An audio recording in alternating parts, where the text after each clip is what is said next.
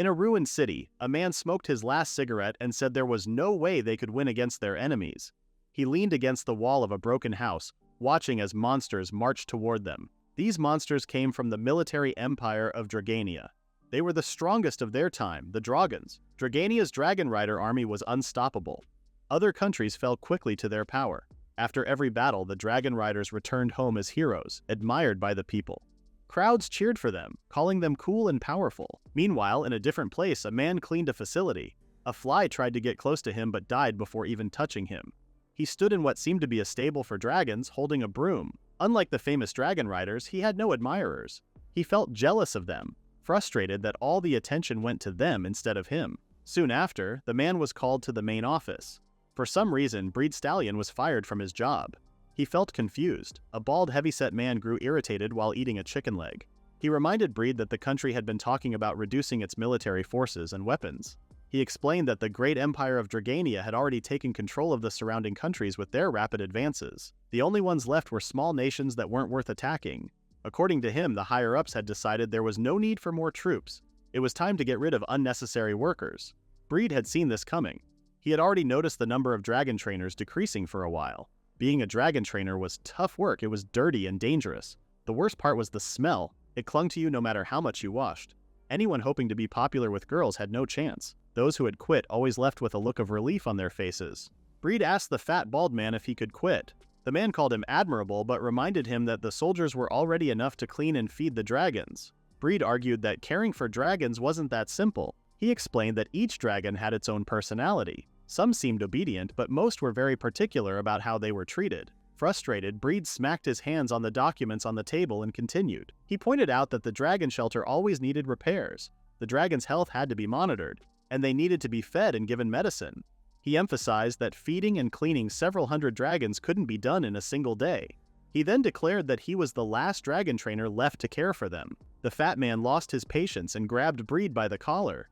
He coldly suggested slaughtering enough dragons to make their numbers more manageable. Breed tried to reason with him, reminding him that reducing the dragons of the dragon army wasn't a simple task since they were the symbol of Dragania.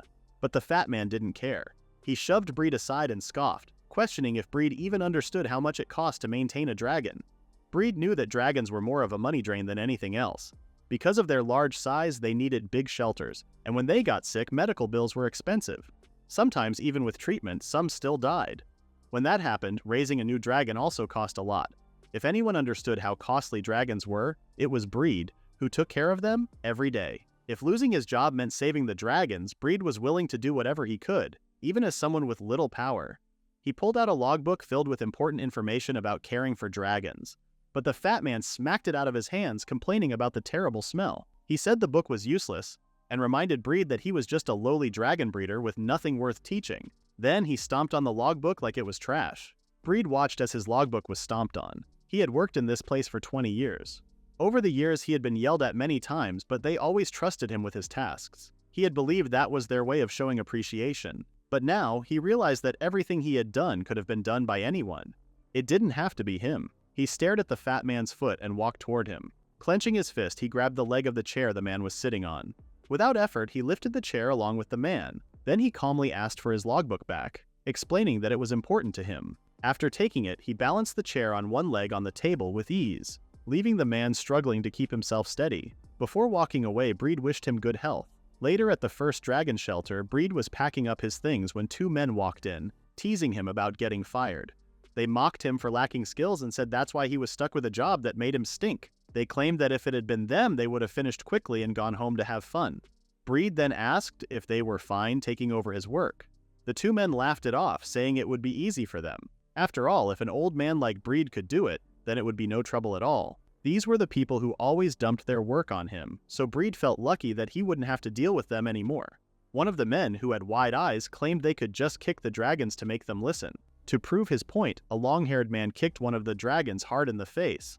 But the dragon stayed silent and the soldiers laughed at it. Breed couldn't tell them that dragons had tough scales and thick muscles, which made their kicks useless. Besides, the dragon they kicked was naturally calm, so a simple kick wasn't enough to make it angry. While the soldier kept kicking the dragon in the background, Breed's thoughts drifted to other jobs that didn't involve dragons. He wondered if he could work in a store, on a farm, in transportation, or even try cooking.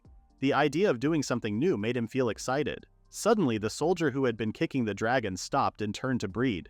His face was red with anger and his veins looked like they were about to pop. He demanded to know what Breed's problem was. Only then did Breed realize that he had been glaring at them without noticing. He tried to make an excuse, but before he could, the soldier started calling him trash and pulled out his sword, ready to kill him. Just then, all the dragons in the shelter suddenly woke up and glared at them while growling.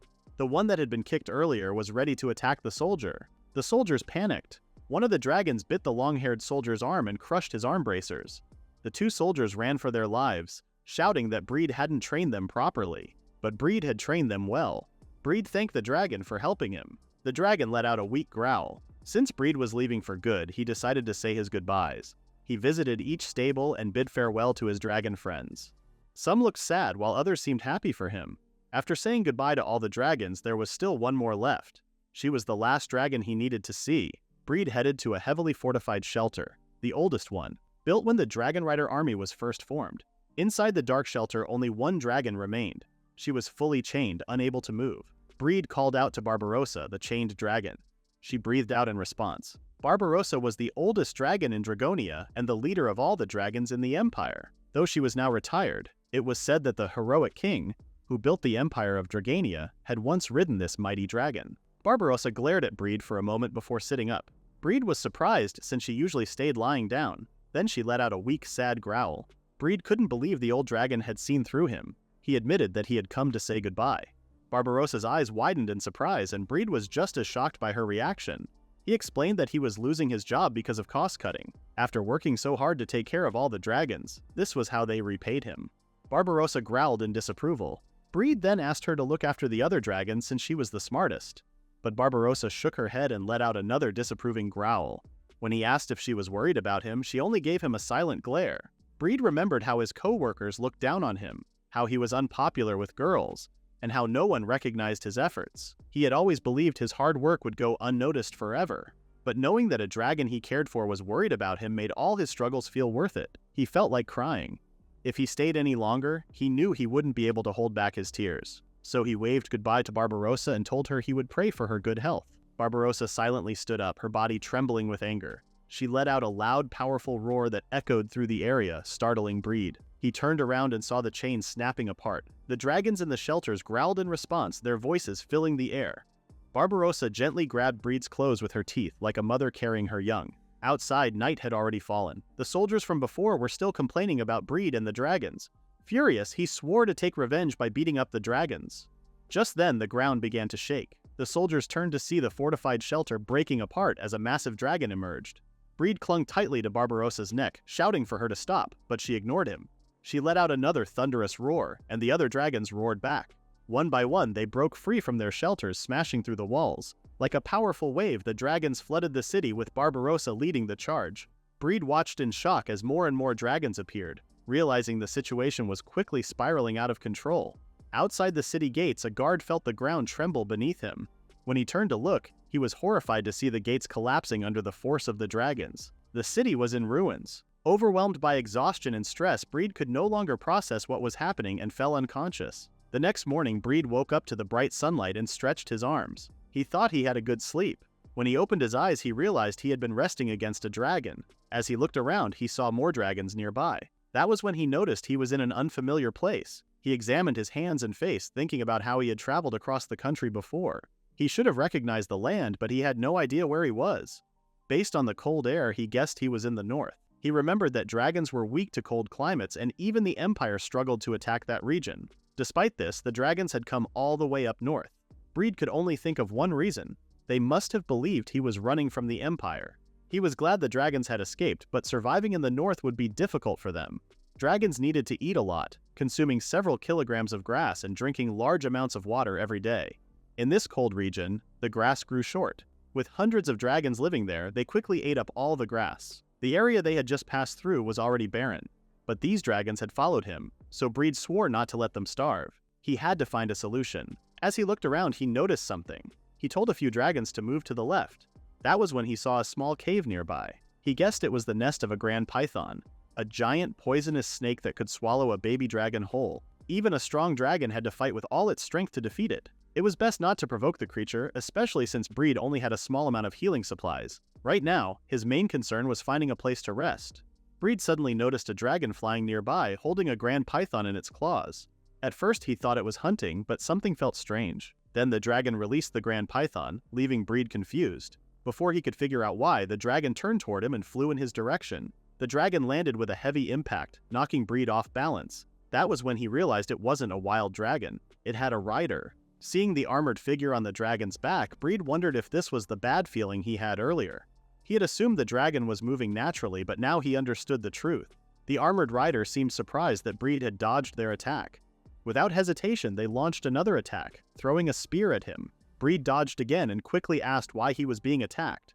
The rider then demanded to know if he was part of Dragonia's Dragon Corps, claiming that no one had been given permission to enter their territory. At that moment, Breed realized his mistake. He had crossed into another country's land, which was dangerous, especially now. Dragonia had recently warned other nations of an invasion. Worse, he wasn't alone, he had brought hundreds of dragons with him. Breed explained that it was a misunderstanding and asked the armored person to listen. However, the dragon rider didn't want to argue anymore and flew up, preparing for another attack. Breed saw that the opponent was strong enough to defeat a grand python. He couldn't afford to die over a misunderstanding. He quickly called for Barbarossa, and the dragon emerged from the forest with a loud roar. The two dragons clashed, and Barbarossa managed to block the attack, leaving the dragon rider confused. Breed knew that a flying dragon's charge was powerful, but its attack patterns were limited. He then signaled Barbarossa to attack from the right. Barbarossa noticed something from Breed's gesture. The dragon rider called him a fool for saying his plan out loud. They immediately ordered their dragon to be on guard from the right. However, Barbarossa suddenly attacked from the left, striking the flying dragon hard. At first, the dragon rider thought Barbarossa had ignored Breed's command, but then they realized the dragon hadn't followed his words. It had followed his hand signals instead. Breed praised Barbarossa for executing their plan perfectly. A trick like this was only possible because of their bond. The dragon rider smirked before falling from their dragon. They knew they had lost. Breed caught the dragon rider in his arms just in time. He felt relieved that she wasn't hurt, or it would have caused another misunderstanding. Then, he noticed the flying dragon had bite marks from the grand python. Its left leg had already changed color. The poison needed to be removed immediately. His eyes landed on the dragon rider's spear. He picked it up and said he would borrow it for a moment. Without hesitation, he cut off the discolored part and removed the poisoned flesh. The flying dragon roared in pain and struck Breed with its tail, sending him flying. Blood dripped from his head, but he stayed calm and reassured the dragon that it would recover soon. Strangely, the dragon suddenly calmed down, while the dragon rider silently watched from behind. She soon realized her dragon had been poisoned. Breed confirmed its condition was serious. He explained that dragons were strong, but if they became too overconfident, nature had many ways to bring them down. With the treatment done, he handed the spear back to the dragon rider. But as he did, he froze. Just moments ago, she had been trying to kill him. The dragon rider laughed and took off her helmet. She told Breed not to worry because she had lost the fight and failed her mission. Breed was shocked to see such a beautiful woman beneath the heavy armor. Fiona then pointed out how he had used an earth dragon to defeat a flying dragon and even healed its wound, one she hadn't even noticed. More than that, she assumed he was strong because he returned her spear without hesitation, even after she had attacked him. She apologized for her rudeness, explaining that as a princess from the countryside, she didn't know much about the world. Breed started to explain his situation but stopped when he realized the woman in front of him was a princess.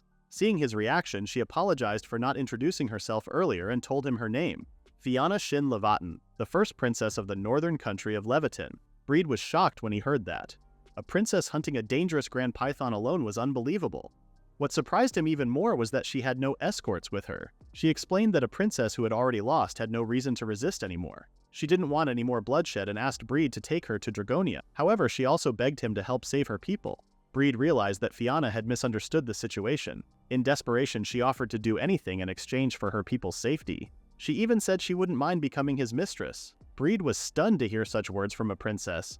She called it a blessing in disguise that she was still unmarried. Although she was close to his age, she assured him she was strong and capable. Then she removed her armor, revealing her figure. Rather than face death, she believed there was still room for negotiation. But before she could say more, Breed grabbed her shoulders in anger and told her to calm down. The area fell silent. He then asked her to listen to his story first. Fiona found out that Breed used to be a dragon trainer from Dragonia but had been banished. When he was about to leave, the dragons chose to follow him on their own. She wondered if Dragonia was ruled by fools, since they had exiled someone so skilled. Realizing her mistake, she formally apologized to Breed. However, he asked her to stop, saying he couldn't have a princess bowing to him. Fianna stared at him for a moment before giving him a strange look. Then she asked for his name. After Breed told her his name, Fianna told him not to belittle himself. He admitted that not many people had the same skills as him. She realized she might have been wrong about the hero king of Dragonia, who was considered a legend. Breed simply said that things had turned out this way. He claimed he was nothing more than a regular dragon trainer, just a caretaker. Fianna gave him a doubtful look, then smiled. She stated that Leviton was a weak country that could collapse at any time. She had been trying to find a way to save her homeland. However, training to ride flying dragons took a long time, and monster hunting had its limits. No matter how much she thought about it, they lacked both time and manpower. She then remarked that this might be fate and asked if Breed would be willing to help. She formally invited him to her country, along with the dragons that followed him. Breed asked if she was hiring him. Fianna confirmed it and added that with the dragons, her country's power would grow. Since Breed had already been banished from his homeland, she assured him that it wouldn't be a bad offer. Breed thought it was a great offer, but there was a problem: housing and feeding the dragons as well as himself. He hesitated to respond, making Fianna wonder if he was refusing. He explained that he wanted to accept her offer but had 100 dragons following him. Fianna assured him that she could provide food and shelter. However, Breed added another concern: the dragons smelled terrible. Fianna was confused, so Breed warned her not to underestimate the effort needed to care for so many dragons. He explained that while they were fine outdoors, keeping them inside would cause their waste to contaminate the ground and create an unbearable stench. He doubted that Leviton had the right facilities for so many dragons, and worried that the entire country would end up smelling because of them. In response, Fianna casually leaned against Breed and took a sniff. He was confused as she smelled him from different angles. She admitted that his scent was strong enough to make her dizzy and wondered if he even bathed properly. However, she didn't entirely dislike his smell. Embarrassed, she blushed but insisted that a scent like his was nothing for a princess like her. Determined, she promised to provide the necessary facilities. Her country was weak, and to ensure its survival, she needed the dragons, and Breed, the only person who could control them. Finally, she made her intentions clear. She wanted Breed himself and asked for his hand. Breed froze. He felt like he should be grateful to Fianna for hiring him. He remembered how people used to mock him for his dirty job, bad smell, and unpleasant workplace. All his life, he had been called a nuisance and was never treated as someone important. He believed his life would always stay that way. But this was the first time someone had told him he was needed. For 20 years, he had felt like his life had no meaning. Now, for the first time, he wanted to be useful to Fianna. Overcome with emotions, he cried. One by one, the dragons appeared, watching him in silence as they waited for his decision. Barbarossa stepped forward and gave him a light tap on the back. Fianna then promised to grant him anything he asked and wanted to know if he had any concerns. Breed no longer hesitated. He knelt before Fianna, took her hand, and swore his loyalty. The dragon seemed pleased, and Barbarossa let out a quiet roar. Fianna rode the flying dragon back to her country, bringing Breed with her. When they arrived, she announced their return. Breed's eyes widened as he saw Leviton for the first time. He silently stared at the castle, and Fianna could tell he thought it looked small. She told him not to be polite and encouraged him to look around. The castle walls had long since collapsed, and they had to build a makeshift bridge. Most of the houses were falling apart. Almost all the men had died in the war, leaving only the elderly, women, and children. Breed asked if a war had happened recently. Fianna confirmed that Dragonia had invaded when she was a child. She had survived a long and brutal battle, but her siblings had lost their lives on the battlefield. The country had fallen into chaos, but at least some of them had managed to survive. Now, Fianna had only one duty: to protect and rule over her beloved country. Breed remained silent. Fianna then asked if it was all right to leave the dragons behind. Breed assured her that he had told them he would catch up later. Fianna understood. She explained that she could summon the dragons by whistling, but controlling them from a distance was impossible.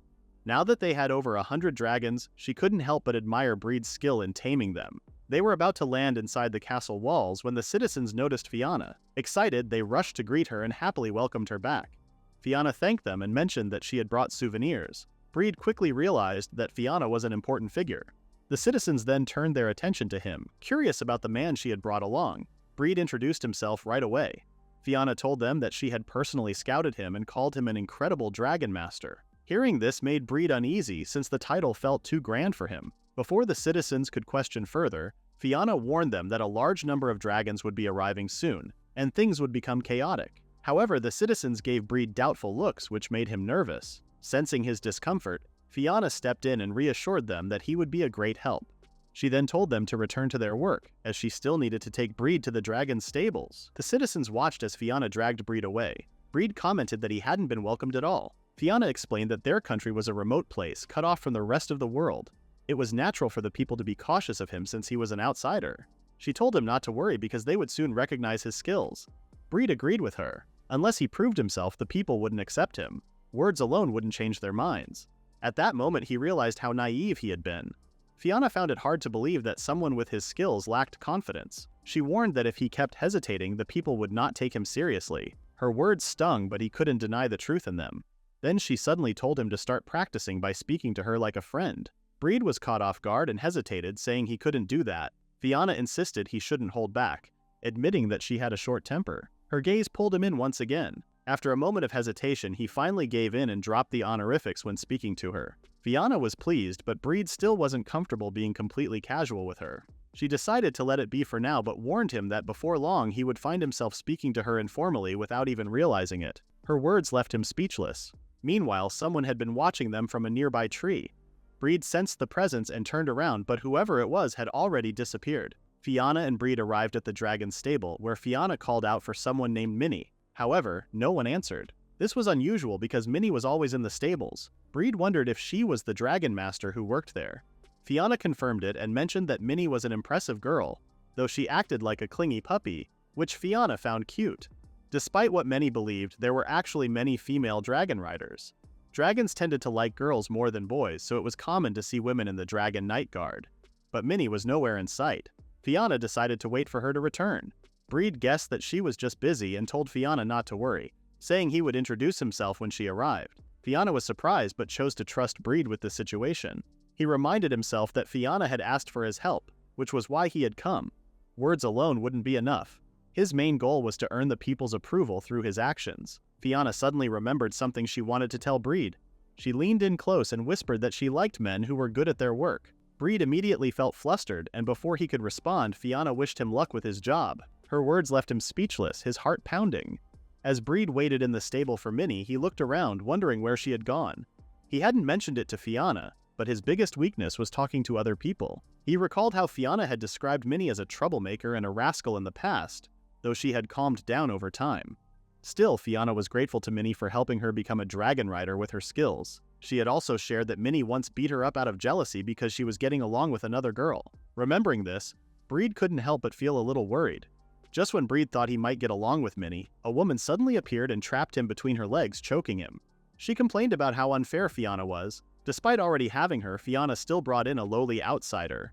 From her words, Breed quickly figured out who she was. She then warned him that he didn't belong in their country. If he didn't want to get hurt, she advised him to leave. But Breed refused, saying he had been officially hired by Fiona as a dragon master. He grabbed her legs and threw her off. Then, trying to ease the tension, he asked her to get along with him.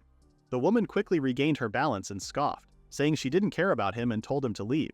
She made it clear that the stable belonged to her alone. This proud and arrogant girl was Minnie. She had heard about a dragon master who could supposedly control over 100 dragons at once. She sighed and said that was impossible. She knew that a dragon master could only tame one dragon at a time, yet people claimed that an old man like Breed could handle 100 at once. She called him a liar and accused him of deceiving her beloved older sister. Angry, she grabbed a rake. Breed tried to stop her and asked her to listen, but she threw the rake at him. It completely missed his head. She gave him one last warning and coldly told him to leave the country if he didn't want to die. Breed was thrown out of the stables and felt miserable about losing his job again.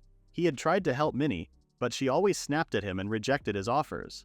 His situation seemed hopeless, but the dragons were already heading toward the forest. Then, something clicked in his mind. Minnie worked alone in the stables, feeding the dragons. She had once said she didn't trust dragon masters. Suddenly, Breed slowly opened the door, startling Minnie so much that she screamed and jumped. She angrily called him a name, but Breed assured her he wouldn't enter the stable. Instead, he asked if he could use the area nearby and if she was okay with it. Minnie didn't care what Breed planned to do there since it wasn't her responsibility, so she told him to do whatever he wanted. Breed seemed pleased and said he would take care of his business without causing trouble. He also mentioned that his dragons were finally arriving. Hearing this, Minnie swung open the stable doors and called him ridiculous. She suspected he was just making things up, pretending he had ordered the dragons to meet him there. She told him to stop lying, pointing out that she couldn't even hear the ground shaking. If 100 dragons were really coming, there should be some kind of sign. Breed, however, claimed he had told the dragons to stay quiet. A noise came from a nearby barrel, and Minnie turned to see a huge dragon growling beside the stables. Her eyes widened as more dragons carefully emerged from the forest. She couldn't believe what she was witnessing and let out a scream. Breed felt relieved that they had arrived on time and followed his instructions without making unnecessary noise. Minnie finally realized that Breed hadn't been lying about taming 100 dragons. But what surprised her even more was how they moved so quietly. Normally, just one dragon's approach would shake the ground and send roars echoing through the village. Yet somehow, Breed had managed to control all of them without causing a disturbance. She found it hard to believe that someone like him had pulled this off. Frustrated, she clenched her fists and stomped over to Breed. Grabbing his shirt, she admitted to herself that his skills were real. Still, she assumed he had put the dragons through extreme training to make them this obedient. Nearby, a dragon let out a soft, weak growl. Minnie scoffed and declared that she didn't trust dragon masters at all. Breed couldn't understand why she was so distrustful. Minnie simply told him to wait, because she was determined to prove that he was a fraud. When Minnie was a kid, she loved reading stories about dragon masters in children's books. Unlike dragon knights who fought with dragons, dragon masters took care of them and treated them like friends. Minnie admired them and thought they were heroes, even though other kids called her weird. Watching dragons and their masters working together like close friends made her respect them even more. Now in the present, Minnie finally admitted that she had been wrong. After seeing how Breed could control all the dragons from a distance, she had to agree that he was a skilled dragon master. But she assumed that Breed had put the dragons through harsh training to make them follow his commands. She even suggested that Breed must have done something scary to them. Flustered, Breed quickly told her to wait, saying she was misunderstanding the situation. Just then, Breed noticed a thin, weak-looking dragon peeking out from the stables. It quickly hid, but Breed had already seen the scars all over its body. Minnie ran toward the dragon and called it Kusuke, which made Breed guess that was its name. Minnie apologized for scaring it and gently told it to come back to the stables with her. The dragon let out a weak growl as Minnie hugged it. Breed took another look at the dragon and noticed a large scar on its face. Minnie reminded Breed that she didn't trust him at all. She warned him that if he ever tried to touch her dragons, she would make him regret it. Breed was too shocked to say anything. He couldn't believe he had been scared by a girl younger than him. He called himself pathetic and wondered how he could explain this to Fiona. Just then, Fiona showed up and asked what he was saying about her. Breed was startled by her sudden appearance. She was dressed casually and greeted him, saying her work was done, so she came to check on him. But it was clear to her that things weren't going well between Breed and Minnie. The two sat down to talk. Fiona couldn't believe that someone skilled enough to tame 100 dragons would have trouble handling one girl. Breed agreed, admitting that Minnie was harder to deal with than dragons, but he didn't understand why Minnie seemed to dislike dragon masters so much. Fiona then asked if he had met Kusuke. Breed remembered the scarred dragon and asked what was so important about it. Fiona explained that Kusuke was the first dragon Minnie helped hatch. She even named it, and it was her favorite. But because it was her first time raising a dragon, Minnie pushed herself too hard and ended up getting sick for 3 days. A dragon master from town was asked to care for Kusuke while she recovered. However, when Minnie got better, she found something terrible when she returned to the stables. Kusuke was hanging in the stables, wounded, chained, and tortured. The dragon master claimed that Kusuke wouldn't stop growling, so he punished it by whipping it. He told Minnie not to worry, saying he had only whipped it too hard, which somehow caused it to pass out. He then changed the subject, asking Minnie for a date as repayment for taking care of her dragons. He even suggested that she could return the favor with her body. Minnie knocked him out with a punch, sending him flying. She then ran to Kusuke and removed its chains. She regretted leaving Kusuke with someone else, knowing things would end up this way. Kusuke weakly licked her face, and Minnie called it an idiot for worrying about her instead of itself. Kusuke had been shackled all over its body and locked in a cramped stable. It had also been deprived of food and whipped for misbehaving, which left the dragon weakened and fearful over time. Fiona shared how Minnie finally realized that the dragon masters she once idolized were nothing like the ones in children's stories. From that day on, Minnie stopped trusting dragon masters completely. Fiona asked for understanding and forgiveness for Minnie's behavior toward her. Breed let out a loud sigh and said he was relieved. He explained that it wasn't about Minnie's background. He had just thought Minnie hated him because he smelled bad. Fiona couldn't help but laugh, saying that was the last thing she expected to hear from him. Breed told her not to blame him since he was never popular with girls anyway. Fiona apologized for laughing but wondered if Breed would be able to handle things afterward. She mentioned that Minnie's distrust of dragon masters was quite serious and offered to help. However, Breed insisted it wasn't a problem.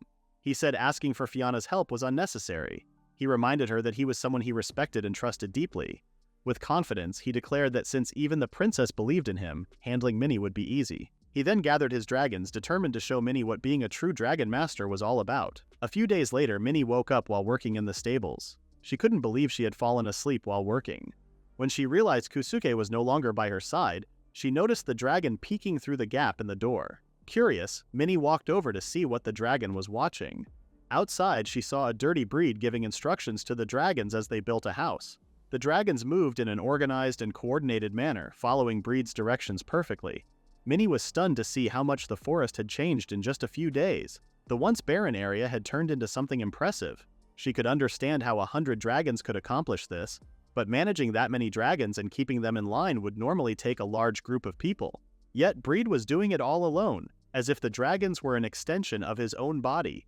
She couldn't help but narrow her eyes in doubt, but as she watched Breed work with a smile on his face, she noticed that the dragons showed no signs of resistance.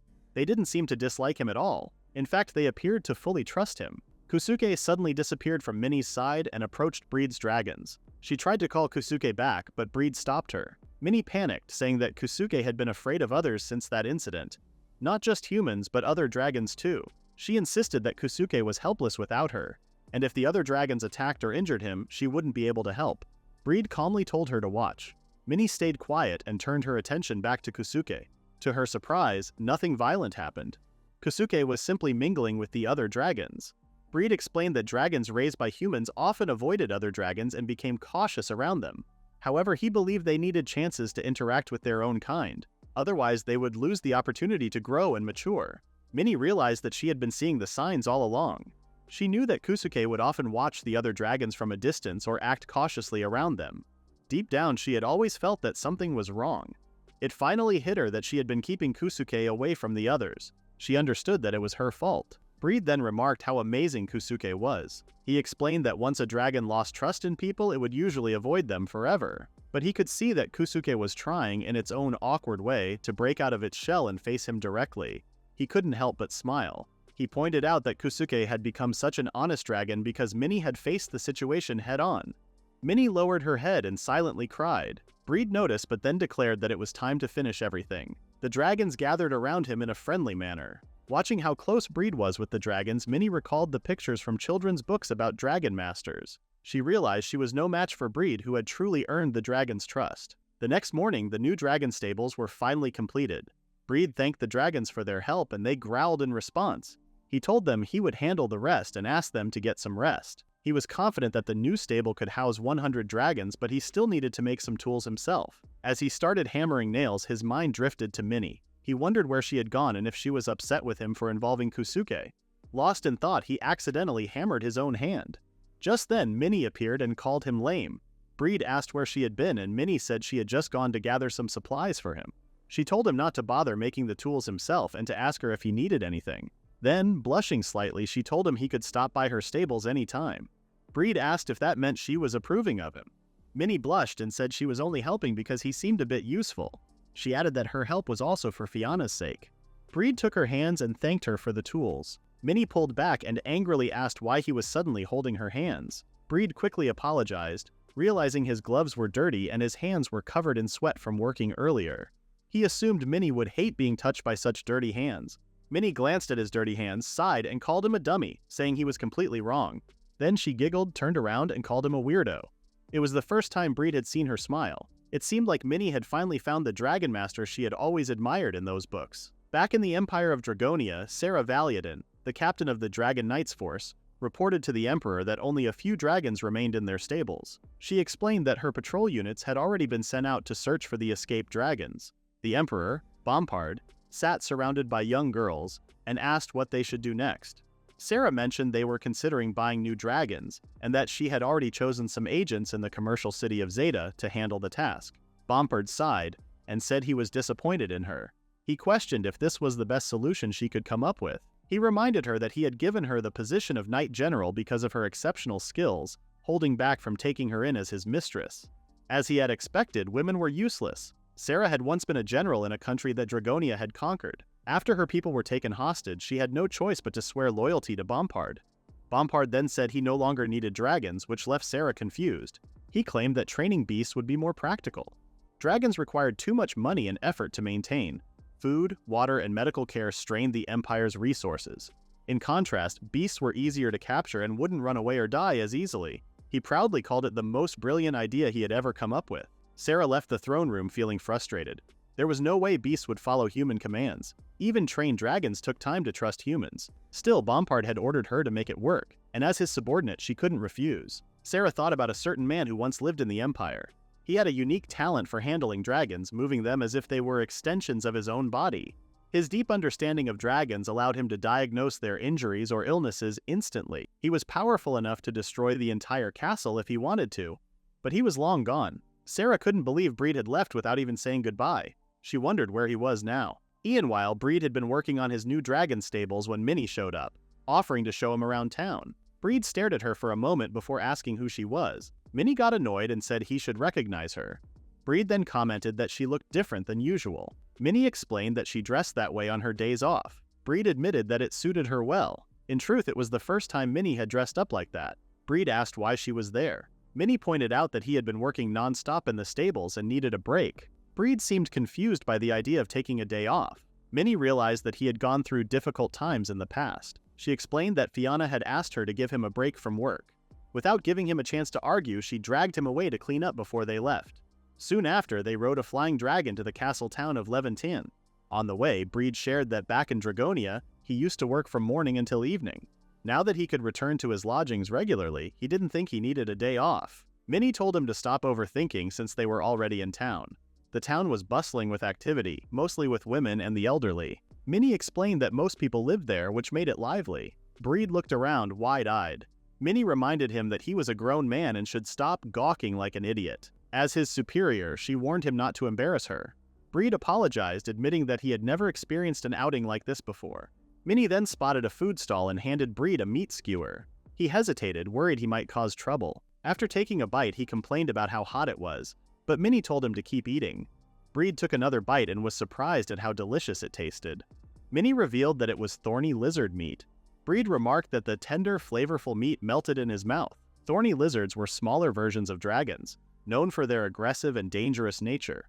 Breed realized that hunting these creatures likely provided a steady income for the town. He thanked Minnie for the treat and said he would never quit such a rewarding job. Minnie smirked and told him she had something even tastier to show him. The way she held that meat stick somehow. Minnie and Breed soon headed to the marketplace, where many people sold processed, raw, and cooked food. Minnie asked Breed what he thought about their town's pride, the marketplace. Breed noticed that the place was much livelier compared to the rest of the town. Minnie explained that hunted beasts were brought there, cut into smaller pieces, and then sold to vendors. Since there had been a recent big catch, the marketplace was more crowded than usual. When Breed asked about the big catch, Minnie said it was thanks to Fiona. They had managed to bring down a grand python, and she was sure that its skin and bones were already being sold. Breed wasn't surprised, knowing what Fiona was capable of. Now that Minnie had mentioned it, Breed also noticed some merchants from other countries among the town's vendors. Minnie pointed out an old man with impressive skills and showed Breed a pair of gloves that could be considered a work of art. Breed could tell that the creator was skilled as he examined the gloves while holding Minnie's hand. Minnie, blushing, reminded him that she only gave him permission to look, not to hold. Suddenly, the crowd gathered around the grand python. It was larger than any Breed had seen before. Minnie could tell that everyone was struggling to process it because most of them were elderly with limited strength. Breed decided to step in and help. The old men recognized him and were relieved to have a younger person assist them since their backs were already strained. They instructed Breed to pull off the python's skin. Breed took a deep breath and using his strength ripped the skin off with ease. Everyone watching was impressed, knowing that even 5 people wouldn't have been able to do it. After the processing, everyone applauded and thanked Breed for his help. Minnie also praised him. Breed felt relieved that he hadn't torn the skin. Minnie looked confused, so Breed explained that one wrong move could have damaged the skin, which would have lowered the product's value. Minnie told him not to be silly since no human could tear a grand python's skin. However, she paused when she realized how close Breed had been to actually ruining it. She wondered how much strength he really had. Taking care of dragons for so long might have made him stronger, but there should have been a limit to human strength. She started to think that Breed's strength might already be on par with dragons, though that seemed hard to believe. The elderly villagers gathered around Breed and thanked him for his help, saying it was too hard for them to handle on their own. Breed was happy to assist. However, they felt bad seeing him covered in dirt, which ruined his usual clean appearance. Breed joked that he could say the same about them. The elderly said it was normal for them and that they didn't want to waste water since the country lacked a proper water source. They wished they had a river so Breed could wash himself. Breed then remembered that the country didn't have a large river and mainly relied on wells for water.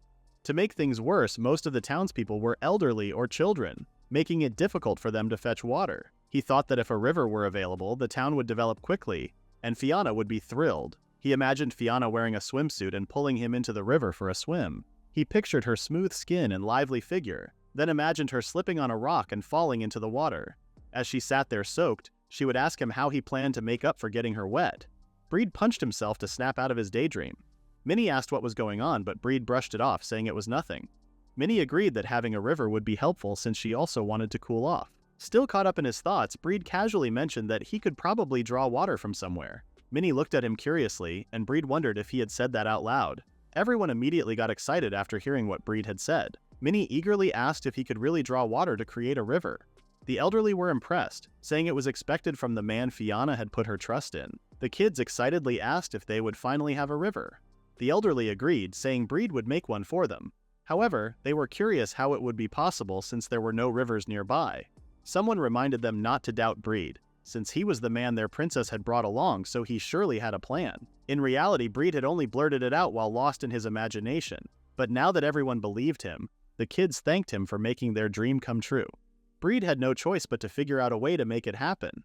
Soon after the river was completed, Breed relaxed under the sun. Fiona and Minnie then showed up wearing swimsuits. Fiona invited Breed to join them since the water felt refreshing. Minnie added that the one who contributed the most to the river shouldn't hold back.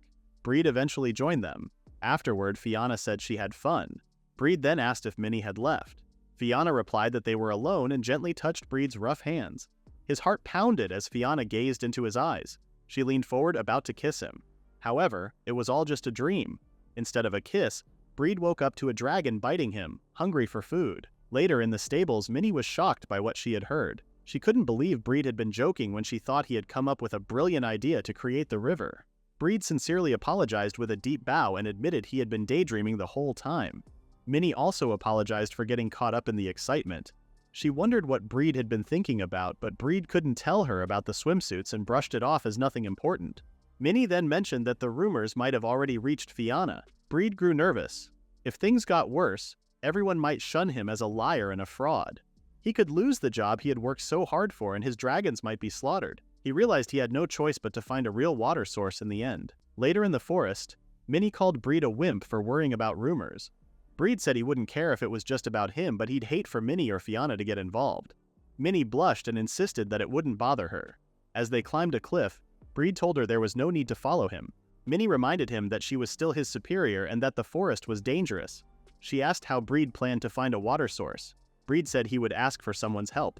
When he reached the top of the cliff, he found a well and called out to Undine, a navy-colored water dragon. Undine belonged to a species that preferred living in watery environments, where they could sneak up on prey more easily. Although its small body made it slower, it was still quick enough to keep up with most marches. Female soldiers often praised water dragons for being cute and easy to ride. When Minnie saw Undine, Breed explained that water dragons could sense water sources. Undine, in particular, could smell clear water from a kilometer away. Minnie was surprised that Undine could detect water from such a distance, especially in a forest filled with different scents. Breed explained that Undine only reacted to clear water, which he liked. If they followed him, they could find a reliable water source. The forest was too large for them to search easily. Minnie agreed, explaining that the forest stretched for several kilometers in every direction, so finding a water source would take some luck. Breed didn't want to waste too much time since people might start thinking he was a fraud. Just then, Breed noticed someone nearby and asked what he was doing. Minnie explained that the hunter was practicing spear throwing because it was dangerous to get too close to a beast. Breed understood that the spear had a rope attached, so once it was lodged in the beast, hunters could pull it back to stop the beast from escaping. This gave Breed an idea. He asked the hunter if he could borrow the spear for a moment. Breed attached a stronger and longer rope to the spear. When Minnie asked what he was planning, Breed said he had a way to track down the smell of water without wandering through the forest. He gripped the spear tightly and threw it with all his strength, sending it far into the distance. Once it struck the ground, Breed pulled it back in one motion and handed the tip to Undine to sniff. Undine shook his head, so Breed tried again in another direction. Minnie realized that Breed was trying to make Undine pick up the scent of water from deep underground, helping them expand their search range. Breed confirmed that this was the fastest way to find water, but it was only possible because of Undine's sharp sense of smell. Many thought it was also thanks to Breed's incredible strength. On the second try, Undine sniffed the spear's tip and roared. That's when Breed knew they had hit the jackpot. The two made their way through the forest, with Undine leading the way. As they got closer, Undine's reactions became even stronger. Many noticed that no beasts were approaching them, which felt strange. Breed then explained that no beast would come after them because he had Undine drop his feces along the way. The strong smell scared off smaller beasts. He even showed his pocket stuffed with dragon feces. Many called him weird and told him not to show her something so strange. Breed explained further that the smell of dragon feces was so strong that even flies wouldn't come near it. It could also be used as a landmark to help them find their way back if they got lost. Minnie was surprised that dragon feces could be useful like that. Breed admitted he was kind of forced to learn about it. He remembered how he served in the Dragonia Empire's military, where he was often left behind, and a lot of things happened during that time. Suddenly, Undine roared and jumped with excitement. Breed claimed they had finally reached the water source. They emerged from the thick forest and found a pond. However, the pond was too small to create a river leading to the castle town. Minnie said it was a shame but figured there was nothing they could do about it. Since they had worked hard, she suggested taking a dip before heading back. Breed, however, stayed focused on Undine's reaction. He suspected that the pond couldn't possibly be this small, not with how strongly Undine had reacted. Minnie noticed a large boulder with water gushing out from it. Breed guessed that it was the source of the nearby puddle. Minnie wondered if they should try moving the rock. Breed said it was worth a try and pushed the boulder. Minnie was surprised to see it shift. Breed insisted it was impossible for him to move it, but Minnie was certain it had budged and pointed out the marks where it had shifted. However, part of the boulder was stuck in the nearby cliff, and even Undine couldn't push it free. Besides, Undine was already distracted by the nearby grass and seemed to be having the time of his life. Breed dipped into the water to cool off his head since all the thinking had given him a headache. He noticed how clear the water was. Water from the mountains was usually murky, but since Undine had found it, it was crystal clear. Then he spotted some white branches among the rocks and leaves at the bottom. It also seemed like something moved, but it couldn't have been a fish since it was spring water. Suddenly, bubbles started rising from the bottom of the pond. Breed pulled his head out of the water as a chunk of rock floated up from below, confusing him. Minnie noticed it and shouted a warning. It wasn't a rock, it was a massive beast. The beast slammed its body into the water, causing it to explode inward and pull Breed deeper into the pond. Minnie called out for him, but Breed was already underwater. The monster approached Breed and tried to eat him. Breed managed to keep the beast's jaws from closing, but one wrong move could have torn him apart. He recognized the creature as a mill crocodile, a beast usually found in ponds or rivers. These creatures had strong facial muscles and powerful bites capable of crushing shells and bones with ease. Anyone caught in their jaws would be crushed to a pulp, much like being ground by a millstone, hence the name mill crocodile. Breed realized that the white branches around him were actually bits of crushed bone, likely from animals the creature had ambushed while they were drinking from the pond. However, this mill crocodile was much larger than normal, nearly twice the size of Undine. He figured that Minnie was probably trying to order Undine to help, but he knew his dragon was lost in its own world. For now, Breed had to rely on himself since he couldn't hold on much longer. He struggled to push the jaws apart, but the creature's teeth had already pierced his back. At this rate, he wouldn't last another minute. Then he remembered something similar from his childhood. A dragon had once bitten his glove, and when nothing else worked to make it let go, he sneezed. The dragon had been startled and loosened its grip. Breed realized that no matter how strong an opponent was, if they lost focus while applying force, there was a chance to fight back. Breed braced himself and removed one hand from the beast's upper jaw. He reached into his pocket, pulled out some dragon feces, and threw it into the beast's throat. The creature swallowed it and immediately started thrashing and roaring in pain. Mill crocodiles had poor eyesight and relied heavily on their sense of smell. The awful stench of dragon feces overwhelmed it, giving Breed the chance to escape. He let go of the beast's jaws and kicked it away. Though relieved to have escaped, he quickly realized he was running out of air and still far from the surface. Refusing to give up, Breed dove deeper and grabbed a rock from the ocean floor. When he pulled it loose, bubbles started rising from underneath it. The force of the bubbles pushed him upward. The beast, however, was still close behind. Breed threw the rock into the beast's mouth, then used it as a foothold to propel himself upward with the rising bubbles. Riding the current, he surged toward the surface. Breed finally reached the surface and saw Minnie trying to move Undine. She ran toward him, asking if he was okay. Breed said he was fine. Minnie praised him for surviving the mill crocodile's attack. She mentioned that Undine wouldn't budge from his spot. Breed realized that Undine was too distracted by the grass. Undine finally noticed Breed and looked shocked at how battered he was. Breed complained about how long it took Undine to notice he had just gotten out of the water. Minnie tried to help Breed, but the mill crocodile suddenly reappeared, ready to swallow them whole. They couldn't react in time as the beast cleared the rock from its mouth and opened wide again. Breed was too exhausted to move, but just before the attack, the beast suddenly froze and began trembling in fear. Undine stepped in front of it, smirking, and gave the creature a menacing glare.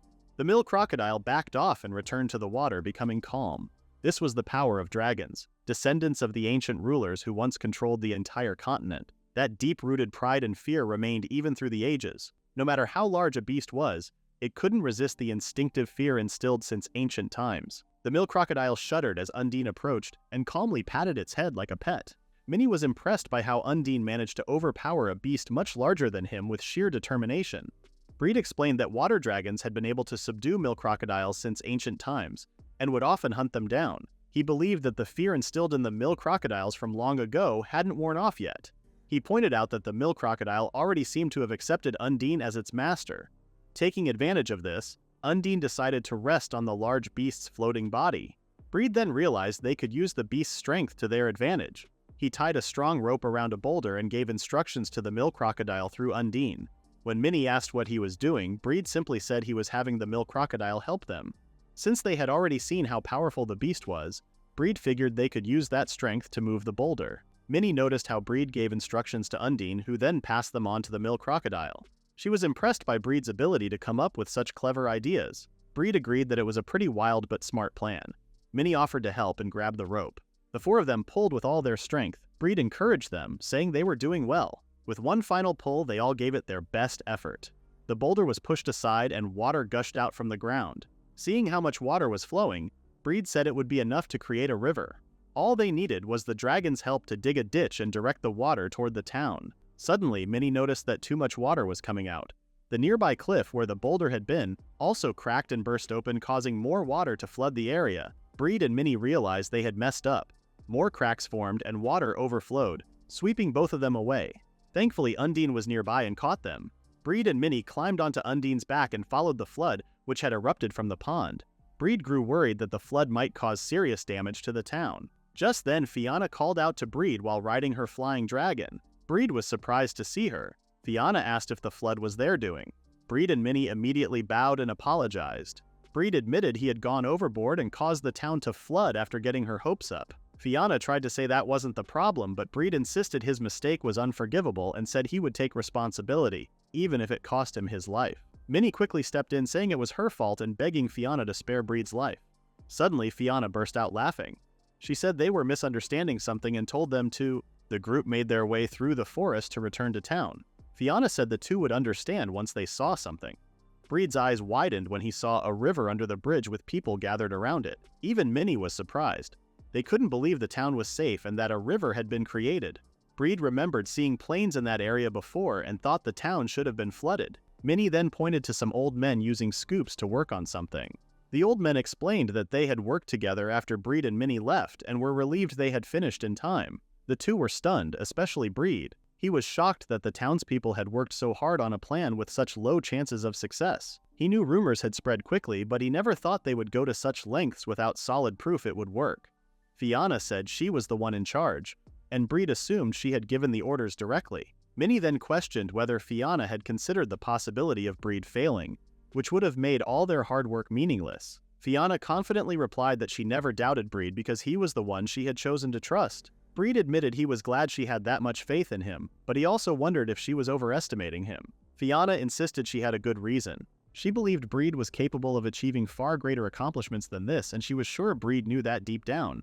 Breed said he was just a dragon master, but Fiona smiled warmly and told him she expected even greater things from him next time. Breed felt defeated and started wondering if he was a masochist for letting himself be led around so easily. When Minnie asked what was wrong, Breed said he didn't understand himself anymore.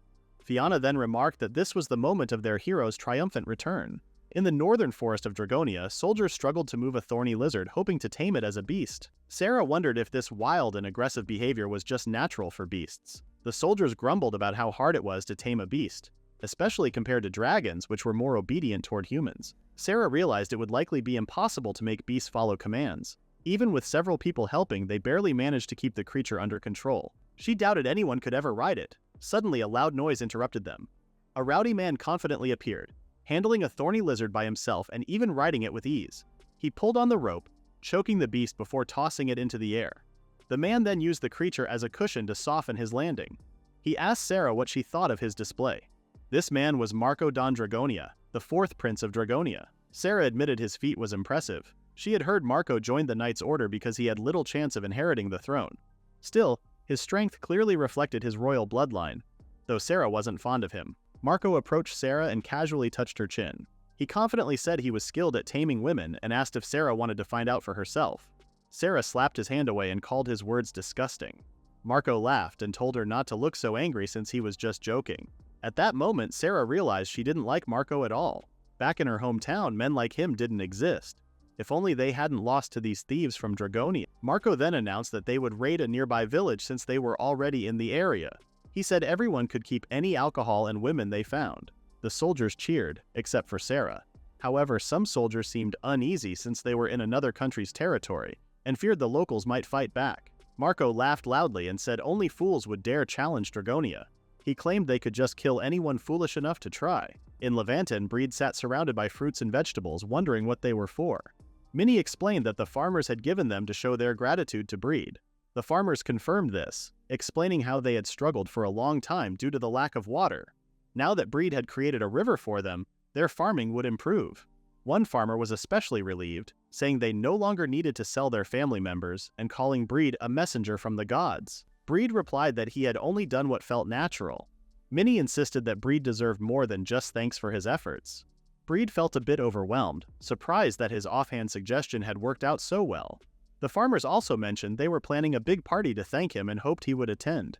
Breed hesitated, saying he had work to do, but Minnie offered to take care of the dragon so he could go. The farmers begged him to attend no matter what. Feeling nervous about going alone, Breed asked Minnie for help. Minnie playfully told him he would manage just fine, and added that Fiona's reputation would improve if he showed off a little. Realizing that it might actually work, Breed decided to bring someone with him. Later at the party, the red dragon Aphrodite performed a circus-like act under Breed's guidance. The small quick dragon impressed everyone with her ball-rolling tricks and spins. The crowd cheered for Breed, calling him the best dragon master, and even praised Fiona for bringing him along. Aphrodite was known as a red dragon who carried the bloodline of Barbarossa. She moved as swiftly as a cat and was so skilled that she could handle almost anything. Breed felt grateful for bringing her to perform. The older guests praised Breed for the impressive show and encouraged him to eat and drink to his heart's content. Breed didn't hold back and quickly downed the alcohol. Aphrodite seemed happy to see him enjoying himself. However, despite trying to stay composed, Breed was already getting tipsy. Women suddenly gathered around Breed, scolding the old men for making him drink too much. They handed him water while admiring his strong muscles. The old men warned them to behave, but the girls ignored them and kept flirting with Breed. For the first time in his life, Breed enjoyed the attention from the ladies, but the moment didn't last long. Aphrodite appeared behind them, growling menacingly. The girls froze, quickly realizing how furious she was. Breed apologized, joking that Aphrodite was just jealous. Aphrodite pouted, a clear sign that the dragon wouldn't listen to him anymore. He offered her some food as a peace offering, but she swatted his hand away, still acting jealous. Breed, too drunk to think clearly, struggled to respond. Suddenly, Aphrodite grabbed him and stormed off, leaving the party behind. Breed apologized for leaving early. One of the girls then realized that Breed wasn't just popular with the ladies, he was popular with dragons too. Aphrodite ran around aimlessly while Breed kept asking her to calm down. He felt dizzy from all the shaking and ended up vomiting along the way. After a while, he realized the place looked familiar and gave Aphrodite directions on where to go. Even though Breed felt more nauseous, he knew they were close to their destination. Aphrodite suddenly stopped, her eyes widening at the sight before her. They had reached a beautiful flower field. Seeing it, Aphrodite finally calmed down, which made Breed feel relieved. He gathered some flowers and made a flower crown. Calling Aphrodite over, he gently placed it on her head. Aphrodite smiled, loving flowers so much that no matter how upset she was, a flower crown from Breed would always lift her mood. Breed had found the field while searching for a water source the other day, never expecting that remembering the way would help calm Aphrodite. Aphrodite then bit off a flower and tucked it behind Breed's ear. Breed smiled, happy that Aphrodite had finally settled down. Aphrodite suddenly became tense and started growling. She bit Breed's arm and dragged him away. Breed wondered if she was still upset with him. Just then he heard loud footsteps coming from the forest. His eyes widened when he saw a familiar banner fluttering. Dragonia's soldiers riding thorny lizards poured out of the forest. Shocked, he couldn't understand why they were there. He tried to tell Aphrodite that they needed to escape, but the boulder they were hiding behind suddenly cracked and exploded. Breed was thrown back by the blast. As the dust settled, the soldiers spotted him and quickly recognized him as the Dragon Master who had recently been fired. They questioned why he was in the area. Marco stepped forward, surprised to see a familiar face. He remembered Breed's name and called him out. Aphrodite growled and stood protectively in front of Breed. Marco, sitting atop a large thorny lizard, sneered as he recalled that Breed was the slacker who always reeked of dragons. It looked like Breed recognized him. Marco asked again if Breed was the man who smelled like dragons. Breed looked surprised and didn't answer right away. Then he asked who Marco was. Marco was shocked, and his soldiers started laughing at Breed for not recognizing him. But Breed had been busy with dragons all the time and didn't pay much attention to other things. The soldiers proudly introduced Marco as the 4th Prince of Dragonia. They said he was a strong candidate to become the next captain of the Dragon Knights Order. Breed asked why Marco was in the area. The soldiers angrily corrected him it was Marco, not Maruo, and even threatened him if he made the same mistake again. Marco said they were going to be there for a while and showed off a lizard he had been training. Breed realized that the Empire had been using lizard beasts instead of dragons. He wondered how they were able to tame such wild creatures. Suddenly, Marco began spinning his weapon and told Breed not to just stand there staring. Breed noticed he was about to be attacked and tried to defend himself, but instead of coming straight at him, Marco threw his weapon in another direction. Then, the spinning weapon curved around and headed toward Breed. Luckily, Aphrodite saved him just in time. Marco praised Breed for dodging and was impressed by how loyal the dragon was to her master. Breed, now angry, asked why Marco was attacking him. Marco lifted his bangs and showed a scar. He asked if Breed didn't remember it. Marco said he got the scar while trying to stop the dragons after Breed escaped. He called it a battle wound. But one of the soldiers spoke up and said Marco actually got the scar when he tried to be the first to run away during the chaos, and he fell after tripping on a rock. Marco told him to be quiet and then said he had decided to kill Breed. He believed that if he caught the country's most wanted rebel, he would get a big promotion. Breed couldn't believe he was being called a rebel. Marco explained that Breed was accused of stealing 100 dragons and now had a neon-colored bounty on his head, wanted dead or alive. At that moment, Aphrodite's patience snapped and tried to attack Marco. Marco was surprised that the dragon seemed braver than its weak master. He fought back with help from his lizard beast. Breed couldn't believe how well Marco was using the creature. Usually, beasts didn't trust humans. They often attacked them right away. Training them was so hard that most people thought it couldn't be done. While wondering how Marco had managed to control it, Breed saw something on the lizard. The creature's body was covered in scars and wounds. That's when Breed understood how they had tamed it. Marco hit the lizard with his spear and said this was their method, controlling the beasts through fear. He said he was taught to treat dragons with care, but it seemed beasts were treated differently. He believed this was just his way of doing things. Breed saw the lizard beast shaking and starting to cry. He clenched his teeth as he felt something break inside of him. He said sorry to Aphrodite for trying to run away and told her she had every reason to be angry at Marco. Even though he was a dragon master, he still felt sorry for the beasts. They were still living creatures. As someone who was trusted to protect dragons, he couldn't ignore such cruelty to other living beings. Then, Breed and Aphrodite got ready to fight. Marco swung his spear and asked if Breed was angry. Then he gave the order for his soldiers and the lizard beast to attack all at once. But before the lizards could even get close, Aphrodite gave them a fierce look that filled them with fear. The lizards froze like statues, too scared to move in front of the powerful dragon. Marco got angry at the lizards for being useless, but he quickly stopped caring about them. He decided to fight Breed by himself.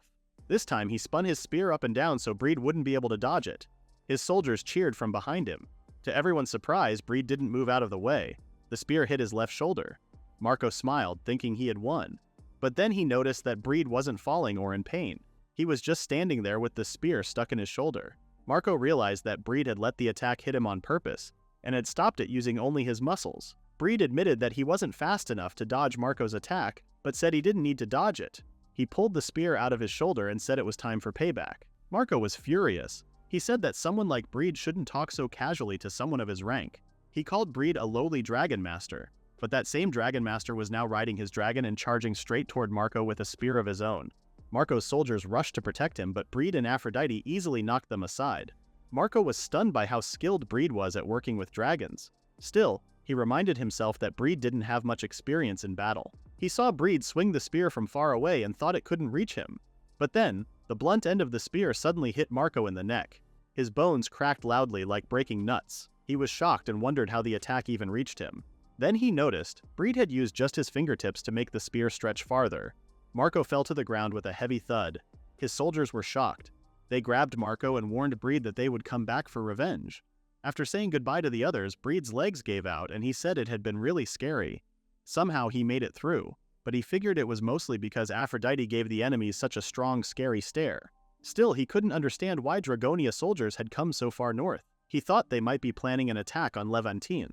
Either way, he knew he had to tell Fiona what happened. Just then, he heard Aphrodite complaining. She was surrounded by lizard-like creatures that seemed to have a crush on her. Breed said she was really popular. He thought the lizards only stopped because they were afraid of her. Suddenly, Aphrodite jumped next to Breed and gave him a big lick on the cheek. The lizards were shocked. Breed warned her to stop doing that, or she might end up without a partner just like him. Later at the castle, Breed told Fiona about the Dragonia soldiers wandering around in their land. Fiona wondered what they were planning this time. Breed looked around the room and tried not to think about it too much. But then he ended up asking Fiona if she had trouble keeping things tidy. Fiona said sorry for the mess and admitted she wasn't good at organizing. Breed told her it wasn't a big deal. Fiona pouted and said she was usually neat, but her maid was away and should be back soon. Suddenly, Breed felt something off behind him. A woman's voice spoke, saying the room got messy while she was gone. Breed turned around and was shocked to see a woman stuck to the ceiling like Spider-Man. She greeted him casually and then made a dramatic entrance. She introduced herself as Binya, Fiona's personal maid. Breed was more confused about how she entered the room without opening the door. He also noticed that she already knew his name.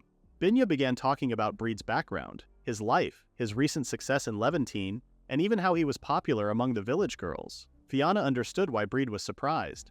Binya wasn't just a normal maid. She said she was a super rare ninja maid. When Breed asked what that meant, Binya explained that she worked in secret, using spying skills and ninja techniques. She came from a family of shinobi, people who lived in the shadows and served their masters with loyalty. Binya wasn't even her real name, it was just an alias. Breed had heard of shinobi before as spies from a faraway land, but he didn't think they were real. He jokingly asked why she didn't end her sentences with Gozaru, like in the stories. Binya quickly shut him down and told him that only happens in fiction. Breed apologized. Fiona then told the story of how she found Binya collapsed near the sea. Binya had nowhere to go after leaving her homeland, so she decided to stay and work in Levantine. Fiona added that Binya dyed her hair and stopped wearing clothes from her home country. She said they shouldn't ask more about it. Breed understood and Binya was pleased. Still, she made it clear that when it came to gathering information, she never made mistakes. Binya reported that Dragonia had lost all their dragons and had started strengthening their border patrols to scare nearby countries. At the same time, they were trying to capture magical beasts to replace the dragons. She said that the beasts Breed had just defeated were part of this plan. She also explained that Dragonia tamed the beasts by using violence, and the dead bodies near their camps proved it. Fiona understood why Dragonia acted this way, but said it would have been easier to buy magical beasts instead of capturing them. Binya shared that the Empire was trying hard to cut down on spending and avoid the high costs of keeping Dragon Knights. Breed remembered how the Empire had been firing workers, including himself. He now realized they were replacing them with cheap, inexperienced people. Fiona thought the Empire's choices were foolish. She agreed that cutting costs could help for a while, but it would only make things worse later. Binya confirmed that the Dragon Knights were falling apart from within. The few skilled ones were being overworked and would soon be replaced with low-paid rookies. Fiona found it risky to lower costs but increase numbers. Binya said that a desperate country had only one choice left, to start a war. Breed then realized that the Empire was holding military drills near other countries to test their reactions, and would attack as soon as they saw a chance. Binya confirmed that capturing and training magical beasts was part of the plan. Fiona saw that the Empire would soon be ready to strike. She said they couldn't just sit back and do nothing. She decided to send Binya to secretly sneak into the enemy bases and damage them without letting anyone know she was from Levantine. Binya bowed and accepted the mission. At the same time, Binya finished cleaning and organizing the room. Breed was shocked because he hadn't even noticed when the messy room became tidy. Before leaving, Binya had one request to make. Later, near the border where the Dragonia army had a base, many soldiers were seen all over the area. From a nearby cliff, someone was watching them. Binya saw at least 100 soldiers building a fortress. She told Breed that their mission was to destroy it. Breed realized a bit too late that sneaking into an enemy camp might be too hard for him. He thought he wasn't skilled enough to help. Binya explained that if someone like her, who looked different from the soldiers, tried to blend in, she would stand out too much. Breed agreed. His face, however, was well known among the soldiers, which made things risky. Binya didn't see this as a problem. She took out some makeup tools. After working on Breed's face, he looked completely different, even handsome. Breed was shocked by how well Binya disguised him. Her skills made even his bone structure look different. She asked him to observe the soldiers' actions, since he used to be one of them. Breed felt nervous about handling the explosion part of the mission alone, but Binya promised she wouldn't leave him. He was surprised to hear that. Then Binya told him to take off his outer clothes and turn around. Suddenly she hugged him from behind, and a suit of armor appeared, hiding them both inside as one person. She whispered that this way they could do two things at once. Breed felt confused, especially about where the armor came from. It looked like it belonged to a Dragon Knight subcommander named Blood, and there were even bloodstains on it. Binya said it was a secret. Breed started to worry if their plan would actually work. But if anything went wrong, they could count on Odin, the black dragon who came with them. Binya was impressed by Odin's strength. Breed agreed among all dragons, Odin was the only one who could handle this kind of mission. Still, Breed remembered it was the commander who trained Odin in combat. Suddenly, Binya whispered to him again. She reminded him that they were already deep in enemy territory and asked if he was ready. Breed said he was. Then together, they rode Odin and rushed toward the Dragonia camps. When they walked into the camp, Binya told Breed not to act strange, even though she was ready to handle anything that might happen. She also reminded him to stand up straight because he looked suspicious. Still, she was impressed by his strong core, especially since he carried her so smoothly it looked like they were just one person. Breed explained that he used to carry injured dragons in the past, so he was used to it. Binya warned him that they were about to walk past the soldiers and told him to stay calm and confident. As soon as the soldiers saw him, they stood straight and saluted. They thought he was their vice captain, Blood. Breed told them to keep working hard. Binya quietly told him to act more confident and stay focused, but Breed had a hard time focusing with Binya whispering in his ear. Binya kept talking. She shared how surprised she was by the amazing things she had seen since arriving on the continent, especially the dragons. She talked about Fianna's flying dragon and how there were no creatures like that where she came from. Her homeland had its own strange animals like tanukis. But while Binya kept chatting, Breed still couldn't focus. She didn't seem to notice how uncomfortable he felt. To change the subject, Breed asked where he should go next. Binya told him to head to the unfinished tower, place some explosives at its base, and destroy it. Breed thought that if the tower was completed, it could lead to Levanten being invaded. For Fianna's safety and to protect her country, he knew he had to take action. Suddenly, a new recruit named Vanya shouted at Breed, thinking he was Blood. She said she wanted to be trained. Breed started to sweat and tried to make an excuse, saying he was busy. But because of Vanya's loud voice, more soldiers came over to see what was going on.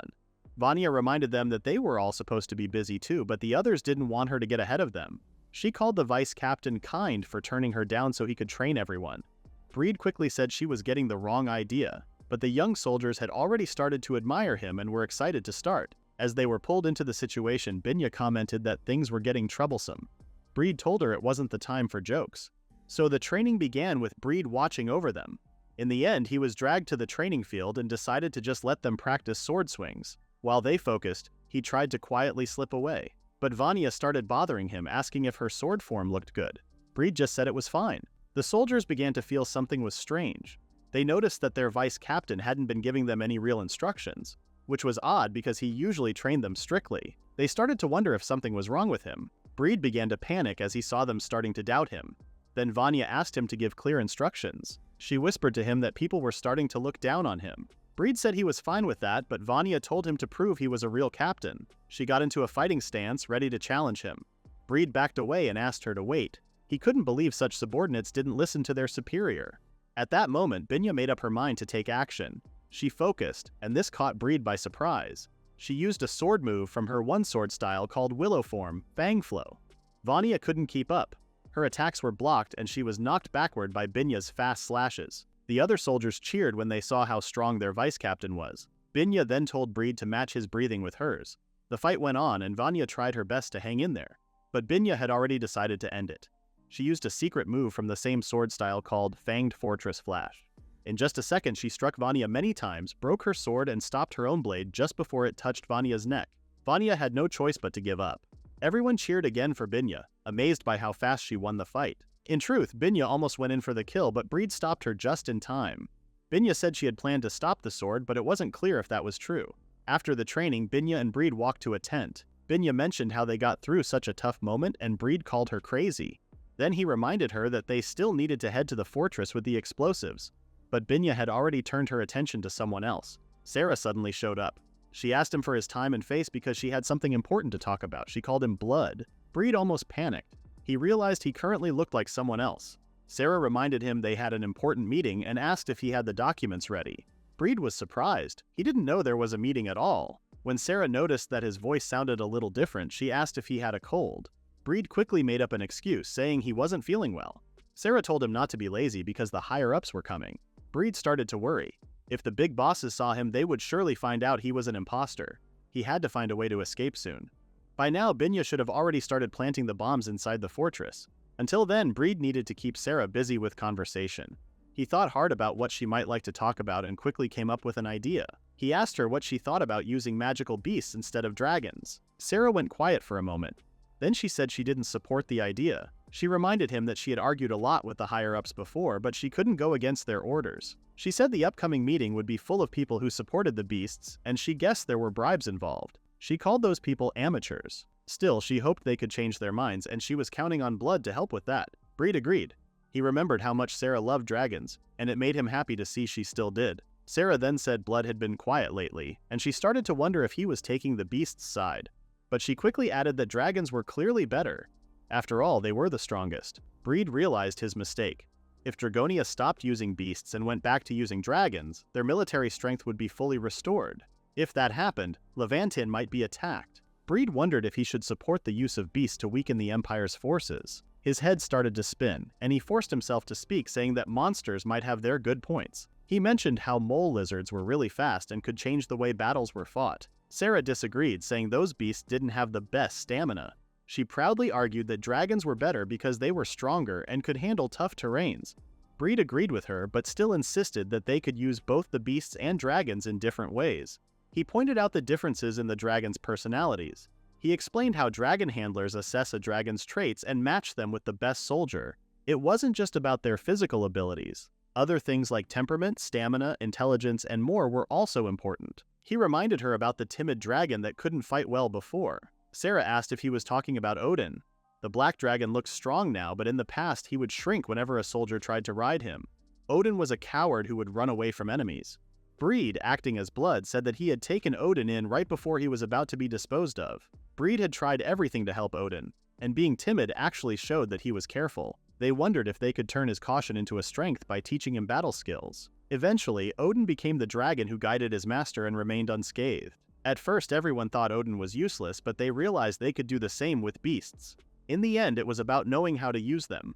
Sarah, with a cold look in her eyes as if she was suspecting something was off. Suddenly, something exploded nearby. Sarah and Breed were shocked. They saw a huge fire coming from the fortress. At the same time, soldiers were busy fighting off the beasts that had broken out of their cages and were now attacking. Breed thought it was Binya's doing and figured she had successfully blown up the fortress. He decided to escape and told Sarah he was going to check the source of the fire. He asked her to give orders to the others. Sarah didn't respond, just staying silent. Breed took off the disguise armor he was wearing and ran through the woods. Then Binya appeared out of nowhere, praising Breed for a job well done.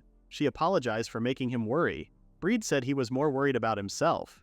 Binya told him it was thanks to him that everything went so smoothly, and she promised to tell Fianna how well he had done. As they kept running, they came across some soldiers who quickly recognized them as intruders. At that moment, Odin appeared, taking out the soldiers in his path. He stood there confidently like a strong leader, and Breed was happy to see him.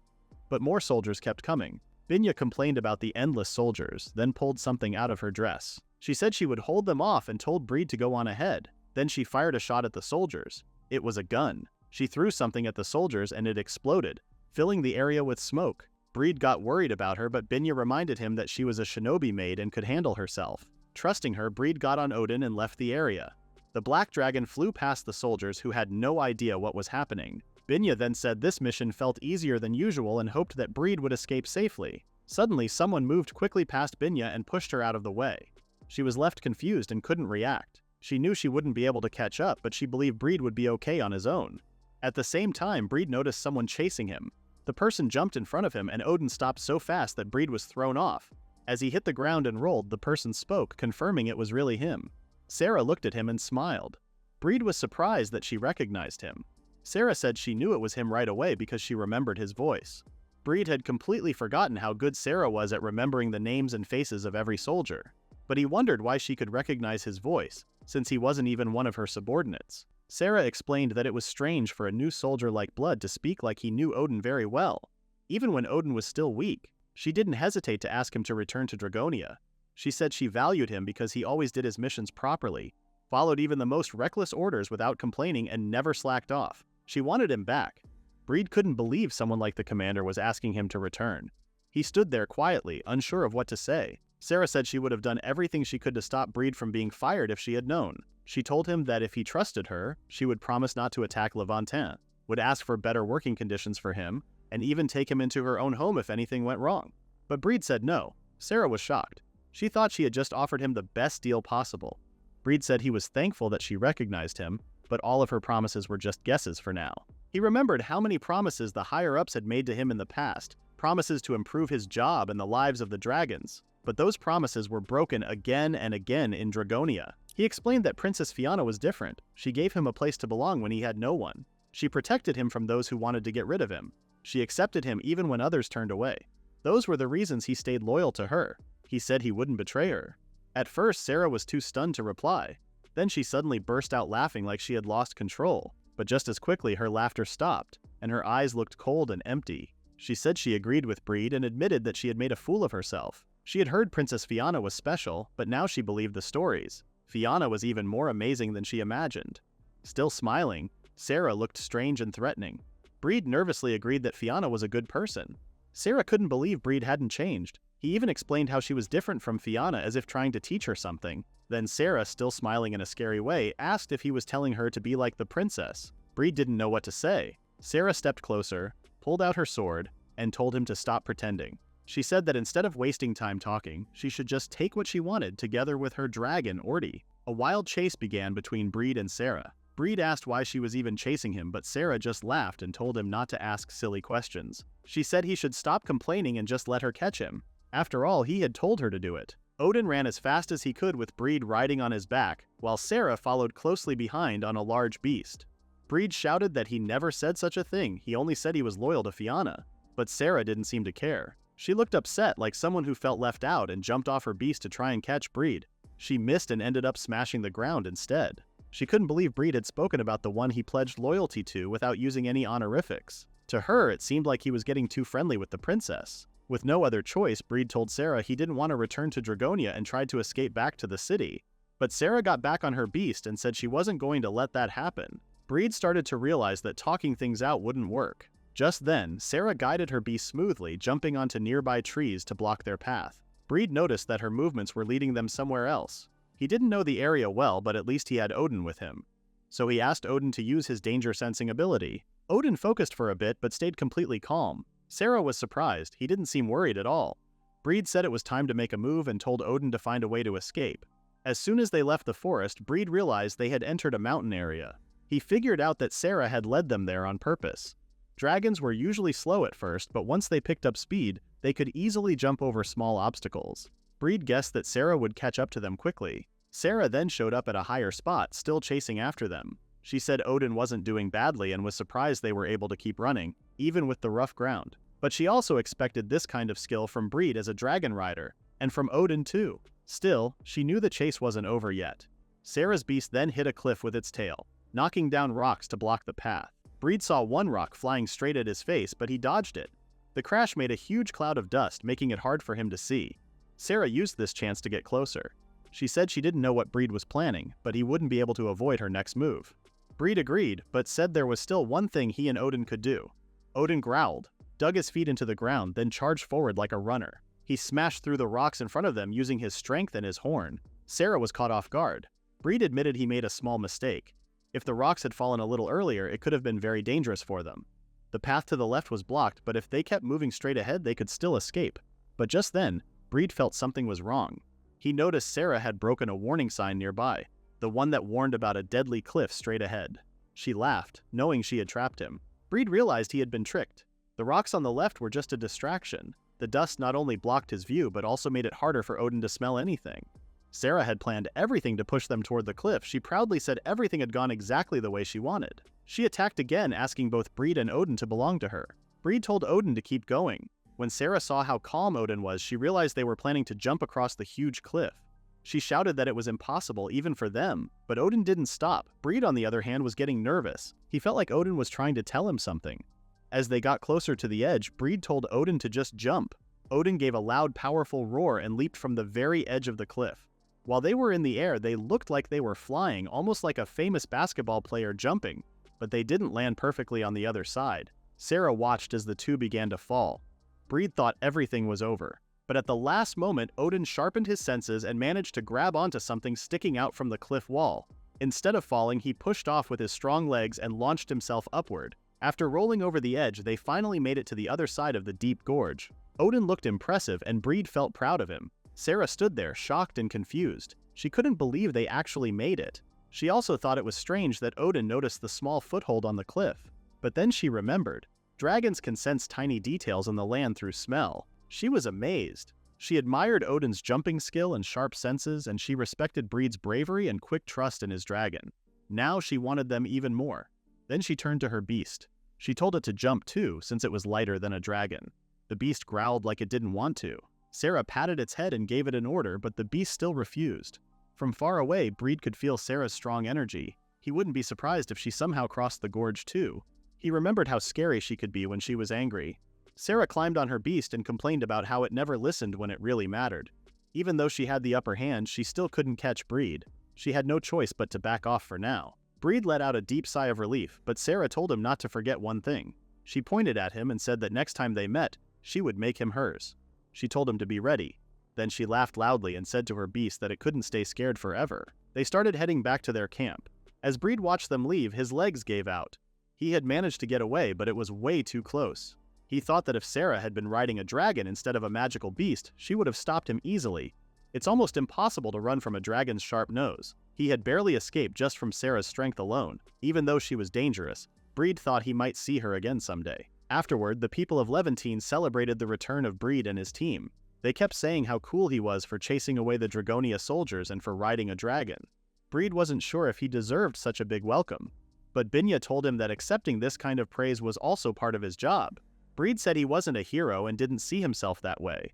Still, Binya said he was a hero to the people of Levantine. Breed realized that what he had done really mattered. He raised his fist in the air and everyone cheered together. Later on, Fianna got a report about how Breed and Binya had driven away the Dragonia soldiers. Binya said it had been a close call, but they managed to win. She also said that Breed was a great dragon rider. She wondered if he could connect with dragons through their hearts, and noted how strong and quick thinking he was in tough situations. At first, Binya had doubts about Fianna's judgment, but it turned out she had found someone with real talent. Fianna looked proud. She said she had known from the beginning that Breed was special and that her instincts were right. Binya agreed that Fianna had good judgment, especially about people, but she also pointed out that Fianna's serious and tough attitude might scare others. She teased her for always using physical training as a way to spend time with Breed. Binya even joked that Fianna's behavior was becoming a bit too much, and she wasn't sure whether to call her a princess or something like female in heat. Fianna got upset at Binya's rude comment.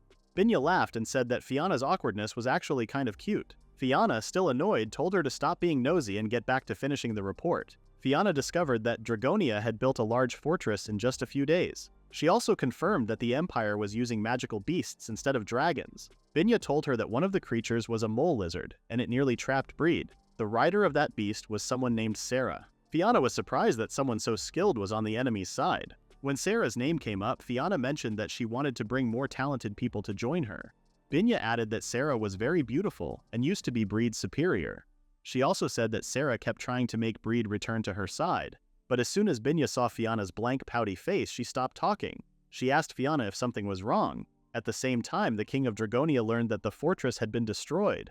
Sarah reported that assassins from Levantine had blown it up. She said she was sorry for letting them escape.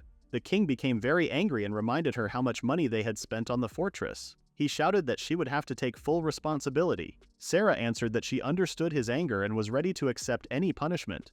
As a former princess of a fallen kingdom, continuing to fight for Dragonia was already painful for her. She no longer cared about what happened to her.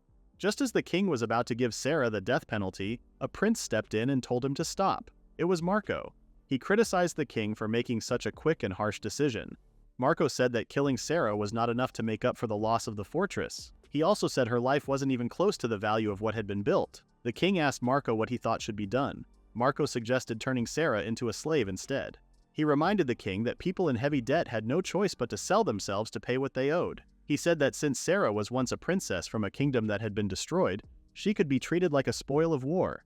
He added that making her a captain of the knights because of her skills had already been generous. Sarah couldn't believe what she was hearing. Then the king stared at Marco and, without much warning, made him the new commander of the Dragon Knights. He also handed Sarah over to Marco as his personal slave. Marco gave a proud look and thanked his father. Sarah realized that her freedom was now gone. After that, she was forced to wear clothes that looked like a maid's outfit along with a collar and chain. Marco laughed, not expecting this day would come, where he could command Sarah. Sarah was confused and worried about what Marco planned to do with her. A few minutes later, Sarah served him tea. She expected the worst, but Marco said he wouldn't waste her like that. He explained that he was the fourth prince, which meant he had little chance to become king. He hadn't gone through higher education and didn't have any big accomplishments. With his older brothers ahead of him, he had no real chance in the battle for the throne. To change that, Marco said he needed Sarah's knowledge and combat skills. Forcing her wouldn't be enough. Instead, he ordered her to give the rest of her life to him. He made it clear that he expected her full loyalty from now on. Meanwhile, Breed learned about a new mission. Fiona explained that the Empire was clearly getting ready for more attacks, and it was important to unite the northern regions. Their next goal was to head north to Levantine and work together with the Zig tribe. The Zig tribe was one group with camps spread across the large mountain range. Because they grew up in the tough mountain environment, all of them were strong and well-trained. They also had a special skill. They could control dragons. Binya said that if they teamed up with the Zig tribe, even if it meant standing against the Dragonia Empire, Levantine would be harder to attack.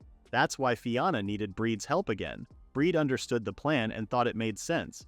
Still, he was a bit distracted because Binya was trying to get Fiona to say more than she wanted to. Fiona said she would go with Breed this time and was depending on him to guide her safely.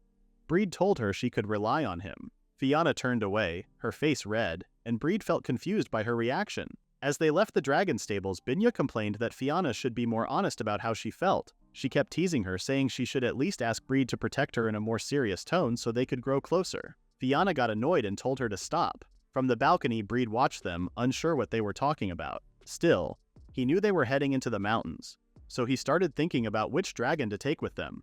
Just then, 3 dragons showed up behind him. There were 3 dragons chosen for the journey. The first one was the great dragon Doppel.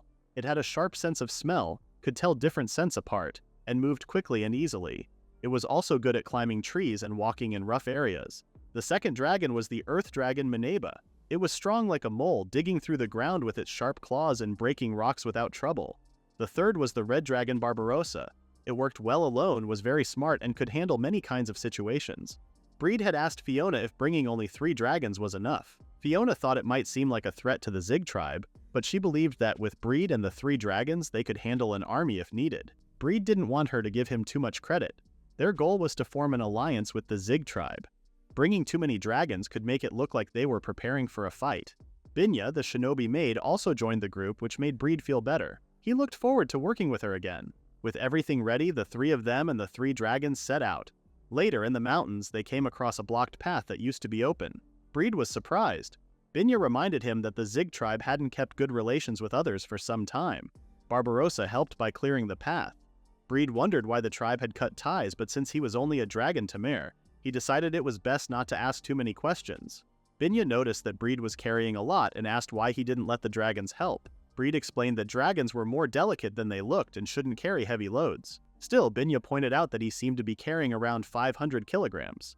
Breed said he felt fine, but he was more worried about Fiona. She looked tired but said she was okay. Breed told her to ride one of the dragons if she needed rest and offered to carry her things. Fiona replied that her body just felt a little hot. She asked Binya for water, and the maid quickly gave her a water container. Fiona took off her outer layer of clothes and splashed water on her face. Her inner clothes got wet, but she said she felt much better. Breed was impressed by how tough she was, even during tough moments. Fiona encouraged him to stay strong as well. Halfway through the mountains, the path became narrow, and falling off the cliff would have ended everything. Suddenly, Fiona stopped and pointed at something ahead. A huge boulder was blocking the path, and they couldn't get past it. Fiona felt disappointed because this was the only shortcut she knew. She had no choice but to look for another way. But then, Breed told them to wait. He had brought the right dragon for this situation. Minaba stepped forward with confidence, ready to help. She let out a low growl, showing she was prepared. Fiona stopped Breed for a moment. She knew that moles had strong claws, but she worried that trying to break a boulder this big might hurt Minaba's claws. Breed smiled and told her not to worry. He reached into his bag and pulled out a special claw glove made just for Minaba. While Binya looked at Mineba's gauntlet in amazement, Breed walked up to the boulder and tapped around until he found the right spot. Then he told Mineba to begin. Mineba started punching the same spot Breed had shown her. Every hit was strong and accurate, as if she was digging through the rock. She didn't stop until the huge boulder finally broke into pieces. Fiona and Binya were both shocked. Breed praised Mineba and was happy to see that her claws were still perfectly fine. With the path now clear, the group continued their journey through the mountains. That night, the group camped in the mountains. Fiona ended up in charge of cooking while Binya cheered from the side. Breed noticed she was making curry, and he felt hungry just thinking about Fiona's homemade food. He asked Doppel to gather more firewood. The two of them went out, but the dragon soon sensed something. When Doppel growled and became tense, Breed asked what was wrong. Breed looked at the nearby bushes and wondered if it was an enemy or the Jig tribe. The Jig tribe was supposed to be an ally, so attacking first would cause a serious problem. He called out, asking whoever was hiding to come out because he and his dragon meant no harm. A hooded kid wearing a mask stepped out and pulled out a knife. The kid claimed intruders had to be killed. Breed dodged the attack and told Doppel to call for help. The kid kept swinging the knife while Breed clumsily avoided every strike. He tried to tell the kid to stop because he did not want to fight, but the kid ignored him. Breed realized the kid would not listen. Right before the knife reached him, a ladle blocked the blade. Binya jumped in and said she would not let anyone take Breed down that easily. The kid changed targets, but their attacks never touched the Quickmaid. Binya could tell the kid had some skill, yet she thought they were still far too early to challenge her. Binya cornered the kid with light but steady pressure until the knife slipped from their hand. She pinned the kid to the ground without hesitation. Fiona arrived and said she expected nothing less from Binya. Binya then reached forward and tried to uncover who the kid really was. The kid called out to someone named Kuchel. Something suddenly jumped from a nearby treetop and attacked Binya. The small creature stuck to her face and blocked her sight. When Breed looked closer, he realized it was a fairy dragon. He remembered that the Jig tribe used these small flying dragons. It was his first time seeing one and he thought it looked cute. The kid used the moment to kick Binya away. They blew a whistle and ran off with the fairy dragon. Breed understood that the kid planned to grab the dragon and escape. He refused to let that happen. He put his fingers in his mouth and whistled, copying the same sound the kid had made earlier. The fairy dragon heard it and quickly turned around. The kid tried to call their dragon again, but nothing seemed to work. Breed understood that the kid's whistle must have copied a dragon's cry. Smaller dragons were less smart than large ones. Breed copied the kid's whistle with a stronger voice and more pressure. The kid tried again, but the dragon no longer listened. They were shocked when they realized that Breed had copied the dragon flute technique of the Jig tribe so well that his command took over. The kid then felt embarrassed and angry as the dragon acted closer to Breed. Breed watched the scene, but he suddenly felt dizzy. A poison needle stuck to his neck, fired by the same kid. His body weakened and he could not move well. The kid used the chance to tackle him. They told Breed that he was too valuable to kill and that they would take him back to their village. Breed asked what they meant and the kid said he would become one of them. The fairy dragon created a smoke screen. Fiona could not see anything and called out Breed's name. Breed had already fallen unconscious and was carried away by the escaping kid. Soon after, Breed woke up under an unfamiliar ceiling. He sat up and realized he was inside a house he had never seen before. He looked around and tried to understand where he was and what had happened. The kid from the previous night soon entered the room and looked happy to see him awake. Seeing the kid made Breed remember everything from the night before. He had been kidnapped and he wondered what the kid wanted from him. The kid leaned on the bed with excited eyes and said that Breed had caught their interest. They explained that they had been following Breed's group since the moment they entered the mountain. Even though there were only 3 dragons, the group's formation had been tight, and she could not get close. She tried to sneak in by using the smell of their cooking as cover, but Breed noticed her right away. Breed had also copied the sound of the dragon flute to take control of their dragon. The kid said that was a top-tier dragon Tamer skill and assumed Breed was an amazing dragon knight. Breed explained that he was only a dragon master, someone who took care of dragons. The kid called him a waste and said that since he was so skilled, he should become their support person and become a warrior. If he came to their village, they promised he would be treated well. They said their tribe gave big rewards to strong warriors and that he might even become the next tribe chief. Breed let out a small sigh.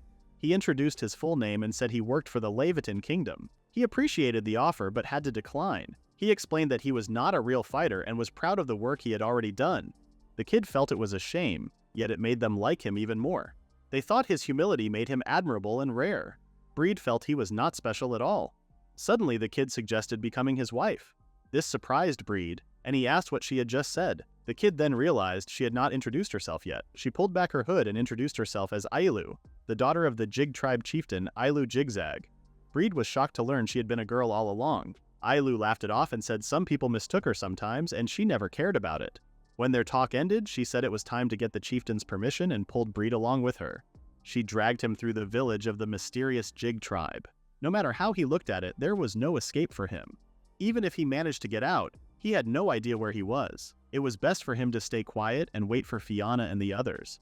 The tribe did not seem like they would kill him right away, yet he still noticed all the stares around him. He felt a strong wave of hostility from everyone, like they were almost ready to attack him. Ailu told him the reason. She had told everyone that he would become her husband, and the ones glaring at him were her possible fiancés. As the chieftain's daughter, it was her duty to marry the strongest warrior of the clan. The warriors competed to prove who was the best and who would become the next chieftain. Since she brought Breed instead, everyone became angry. Breed agreed that anyone would get mad if placed in their position. Ailu then pointed out that he was the strongest man she had ever seen, and the Jig tribe valued strength more than anything. She also said his face was her type, which made her blush. Breed was taken aback by her sudden cuteness. Ailu then said they had arrived. She opened the door and told her father she had brought someone. Inside, men sat in two neat lines on both sides, and at the far end in the middle sat a man with a long mustache and a round woven hat. Ailu's father saw that his daughter had good judgment in choosing someone impressive. Even so, he said that it would not be enough to convince everyone. Breed noticed that the man clearly did not like the idea of the marriage, so he played along. He claimed he had been dragged into the village against his will and asked to be released so everything would end peacefully. At that moment, a man hit the floor with his fist and shouted that he would never accept it. He grabbed Breed by the collar and introduced himself as Kauts, the top candidate to marry Ailu. He said he would never accept any man who was not from the Jig tribe. Breed stated that he never planned to marry Ailu in the first place, but Kauts refused to listen and told him to prove his strength. He swung a fist, but Breed blocked it with ease. This shocked Kauts. He saw that Breed was strong, yet he claimed he had not shown his real power. He threw another punch with his other fist and Breed blocked it again. They stood locked in place while the crowd cheered around them. Kauts teased him by saying he was not tough. Breed ended the game and gripped Kauts' hands tightly. This surprised the bald tribesmen who wondered what was going on. Both men let out loud cries as they tried to overpower each other. Breed finally reached his limit. He lifted Kauts over his shoulder and slammed him to the ground. He glared at the crowd and said that was enough. He told them he had no desire to become Ailu's husband. He gave his full name and introduced himself as a dragon master who served the kingdom of Leviton and Princess Fiona. His presence shocked everyone and left them silent. He then took a fighting stance and asked if anyone else wanted to challenge him. To his surprise, the entire crowd burst into cheers. They could not believe he defeated Kauts in a test of strength. Many called him a monster and even compared his loud shout to that of a dragon. Ailu was amazed that he spoke so boldly under pressure. In her mind, he was clearly the man she wanted as her groom, and she believed the tribe would grow stronger if he joined them. Breed realized they had completely ignored his refusal. Ailu told him not to worry because he already showed the traits of a great chief. Still, many men in the tribe did not want to let the matter go. Kauts planned to defeat him properly and win the right to marry Ailu.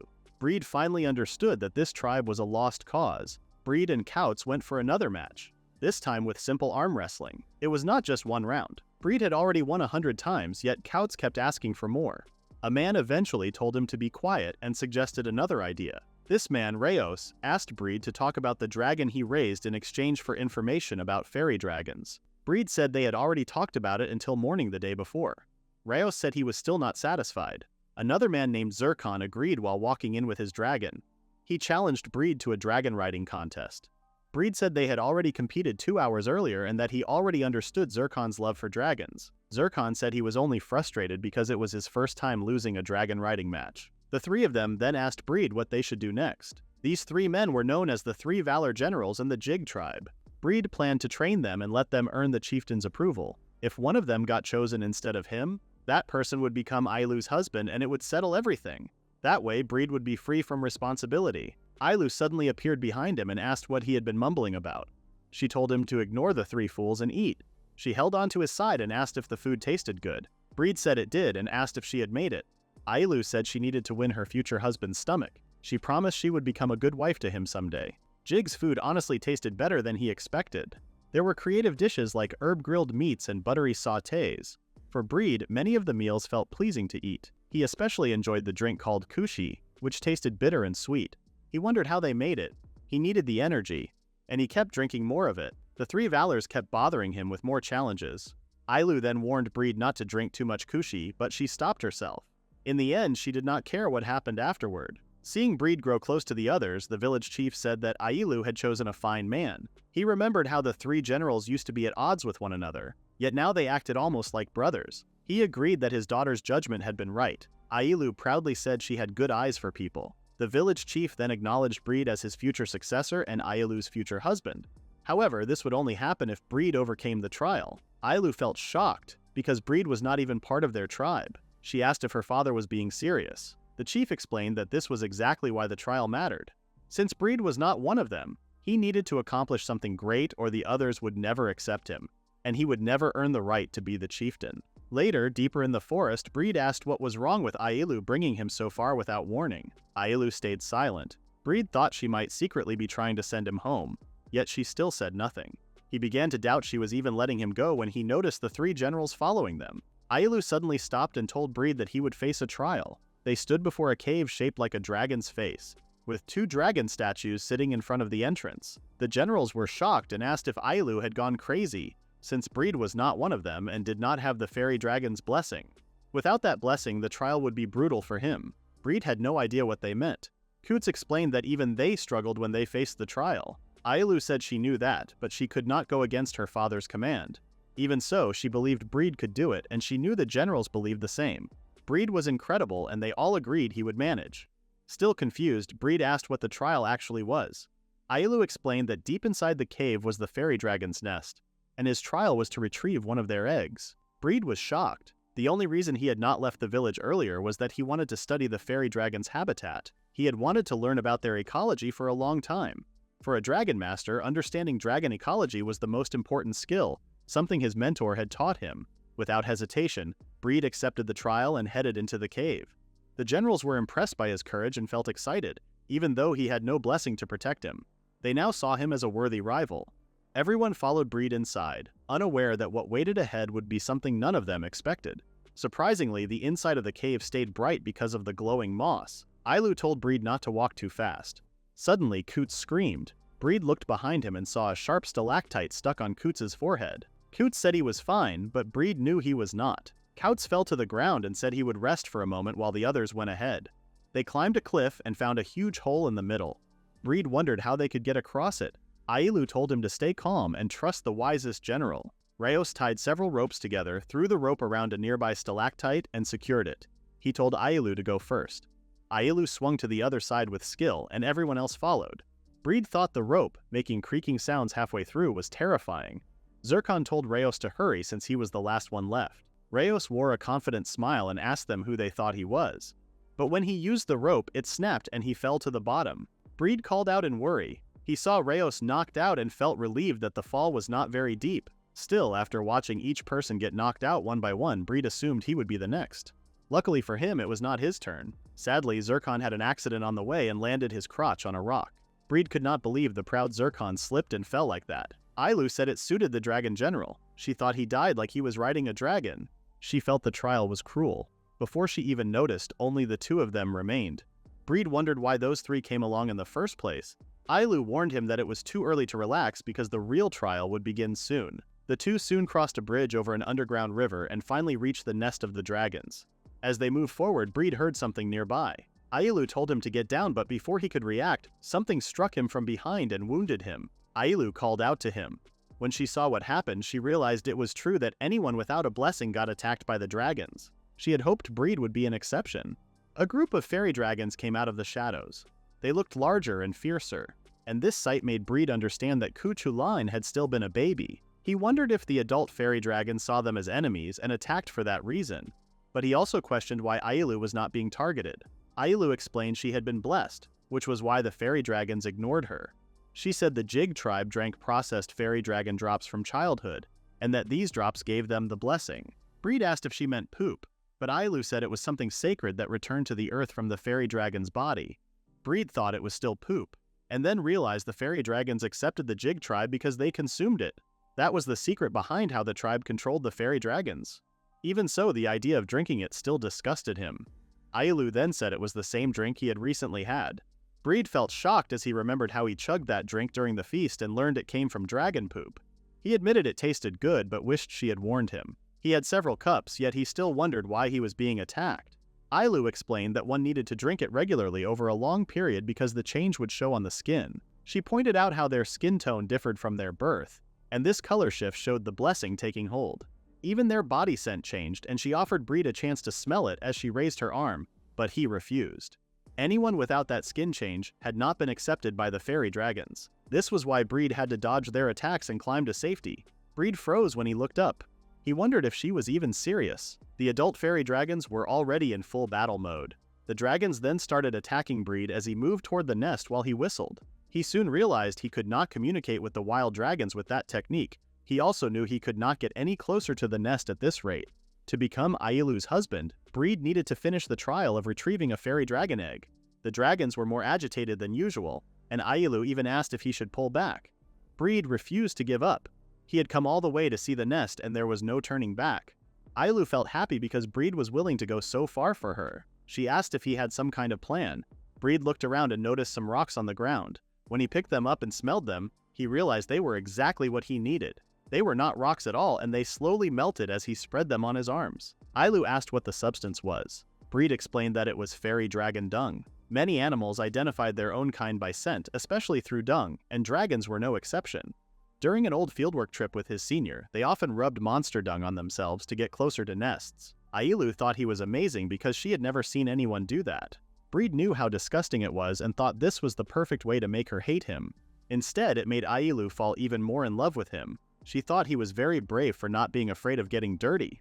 Breed's plan completely backfired. Meanwhile, the dragons that had been hostile suddenly calmed down, although they looked confused. Breed claimed they became unsure because his scent had changed. He saw this as a chance and began climbing the cliff that led to the dragon's nest. As he climbed the tall rock wall, Breed realized that this kind of dragon built its nest on cliffs to keep the eggs safe. He eventually reached a point where climbing with bare hands became impossible. He took off his coat and turned it into a rope. He hooked it onto a piece of rock and hung from it. After waiting for the right moment, he swung his body and used the force to run a few steps along the wall until he reached the edge of the cliff. When he pulled himself up, he saw something that felt like a hidden paradise. It was his first time seeing the nests of fairy dragons. He spotted a fairy dragon caring for its eggs. One egg was as big as an adult human. When he looked closer, he noticed that many eggs had cracks and some were already broken. He wondered what had happened to them. Then one fairy dragon became defensive.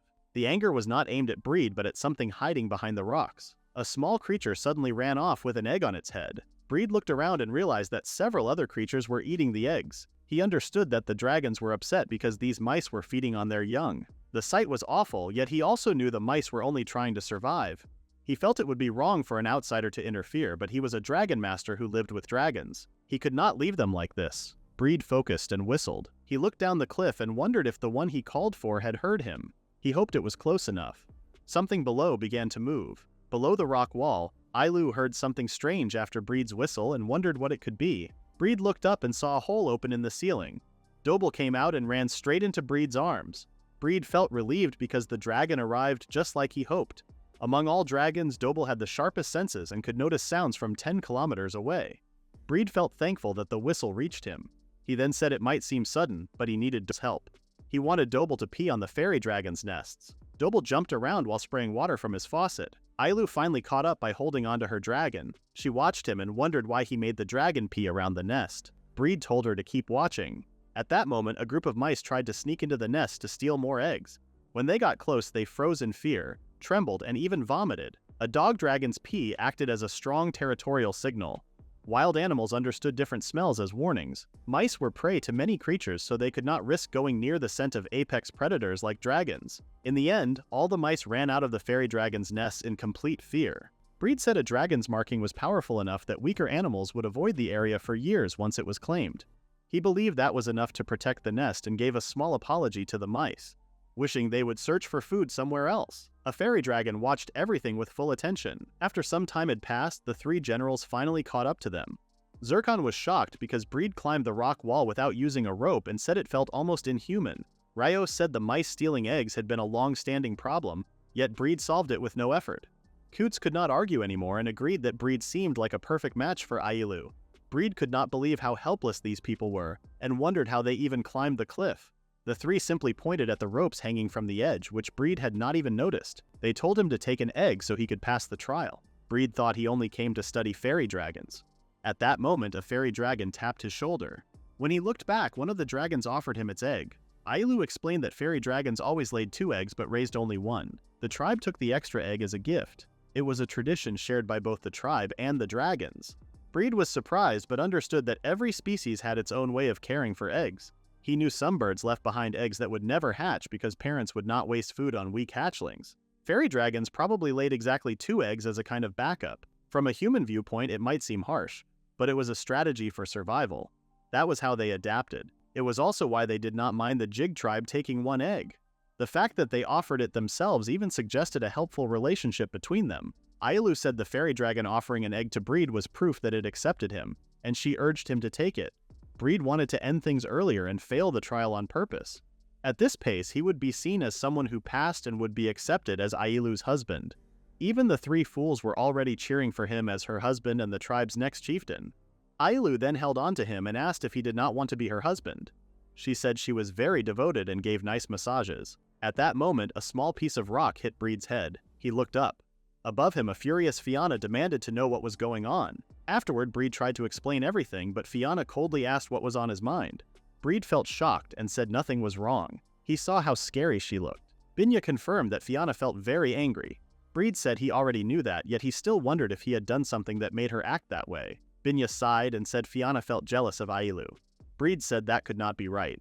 He thought Fianna was only upset because he left without telling her. After they got separated, he did not bother sending any message. He knew that alone probably made Fianna mad. He hoped he could make it up to her. The group finally returned to the Jig tribe's village. Binya became excited and looked around. Ailu held on to Breed, and Fianna grew even more upset after seeing that. She asked Ailu to take them to the chief.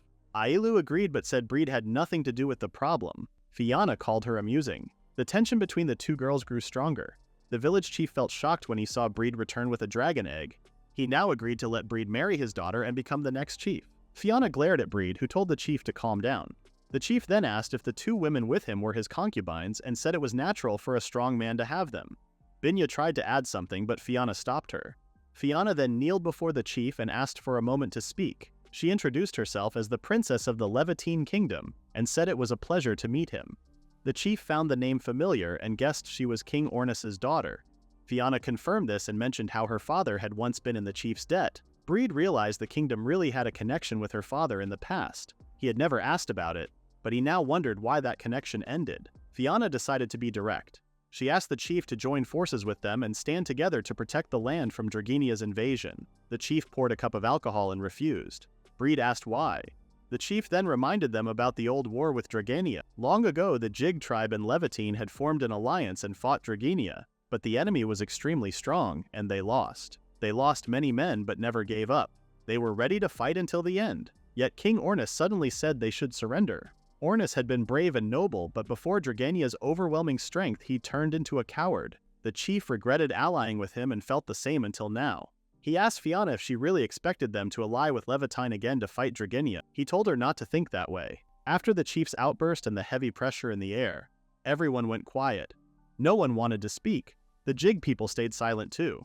Fianna said that surrendering had been the reason their land survived until that day. She said her father had done what he believed was the best choice at that moment. As a king, he carried the duty to protect his country, and she understood that not everyone agreed with his judgment. No matter what path he took, the result was that their land remained safe. She explained that if they had kept fighting back then, more lives would have been lost, including the chief's own life. She said protecting the people was a king's duty and pride, and her father fulfilled that role. More than 10 years had passed since her father stepped down, and those events were already part of history. She asked the chief if it was truly honorable, as he claimed, to remain stuck in old resentment. As the new lord of Levantine, she now carried the responsibility to protect the citizens.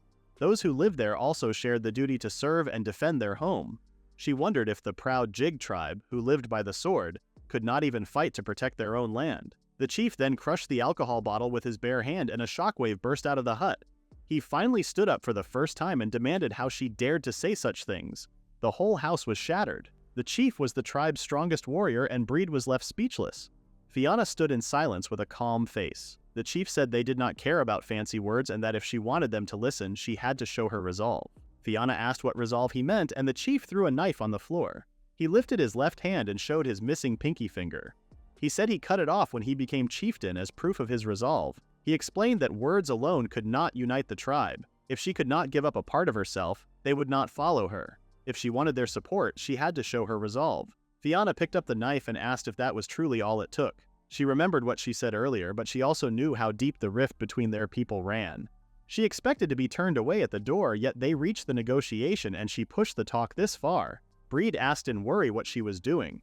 Fianna said a finger was a cheap price to pay and swung the knife toward her hand. Blood splattered, but it was not hers. It was Breed's. He had moved fast and ended up getting his own hand stabbed instead. Fianna was shocked.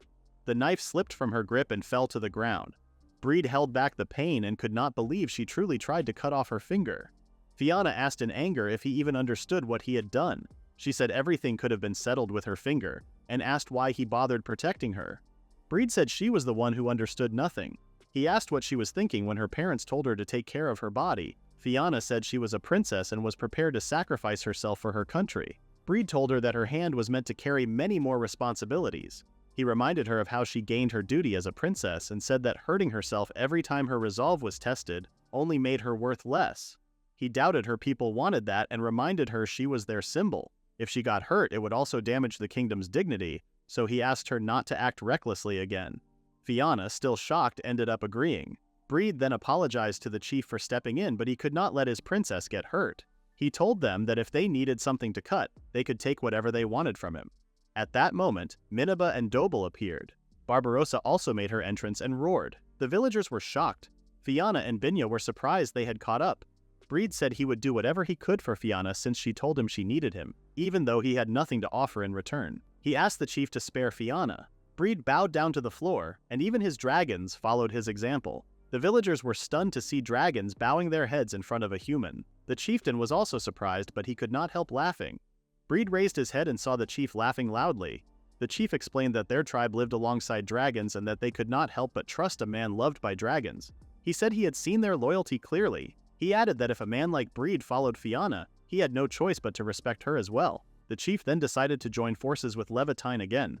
Fianna asked if he was sure about that, and he confirmed it. He also admitted that he had thought of Breed as a potential next chieftain, but with a man like him saying so much, he could not ignore him. The chief warned them not to get comfortable because the moment he decided he could not follow them, even a finger would not be enough to stop him. Fianna agreed, and even offered her own life if that time came.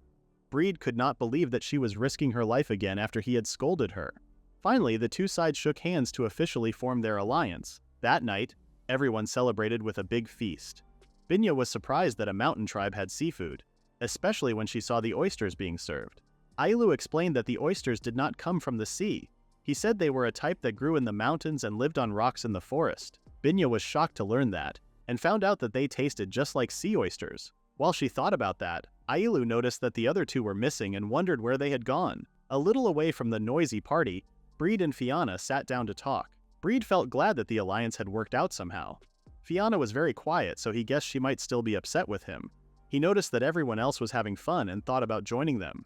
When he tried to stand up, Fianna grabbed his sleeves. She asked him to wait and explained that she owed him.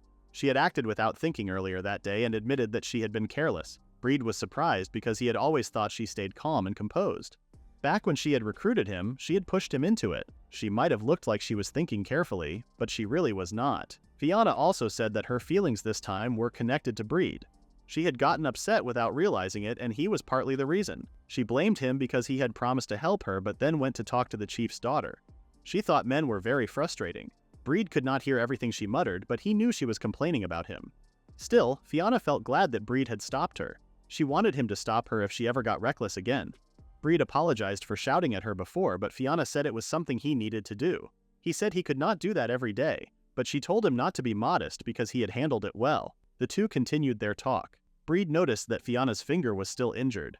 He felt bad that her finger got a scar. Fianna said it was fine and added that if they were talking about injuries, he had more than her. Breed said scars were like medals for men, especially when earned while protecting someone. He worried that the scar on her finger might be permanent, but she did not mind at all. In fact, she wanted it. He exclaimed that it was not right since she was a princess. He could not believe she wanted a scar, and of all places it had to be her ring finger. She said it was fine because she knew that when the time came, he would take responsibility. He was shocked and thought the princess was joking. She then decided to drag him back to the party to dance. The princess and her dragon master continued their relationship this way. Meanwhile, the king of Dragenia looked amazed at the mountain of jewels in front of him. He praised his son for gathering so much wealth and said the treasury would thrive now. He expected nothing less from his son, the second prince Belvinus. Belvinus bowed and said he was truly grateful for his father's words. The second heir to the throne, Belvinus, controlled 60% of Dragenia's finances and had almost complete power over the military budget. He was the man who truly ran the country from behind the scenes. He noticed Marco standing aside and gave him a quiet nod. Marco started to walk away, but Belvinus tapped his head. He had heard that Marco had been promoted to Dragon Knight Force captain. Marco quickly swatted his hand away. Belvinus called him cold for not returning a greeting. He reminded Marco that he was the one managing everything, while Marco was just a strong but simple-minded fighter. Two uniformed women then stood beside Belvinus. He commented that Marco's face looked ugly as usual. Marco said Belvinus still looked pale and sickly. Suddenly, Belvinus grabbed Marco by the neck. Marco struggled to breathe and wondered why his brother had become so unnaturally strong. Belvinus told Marco not to confuse him with his weak past. Marco was shocked. He remembered how Belvinus had been weak before. Even the king had given up on him. Now he looked sturdy and strong. Marco guessed that Belvinus's strange experiments had finally worked. Belvinus released Marco and commented that not only was Marco's face ugly, but his mouth was also. Marco fell to the floor coughing. Belvinus said he did not want to kill his brother and told him to watch his words. He apologized for using too much strength.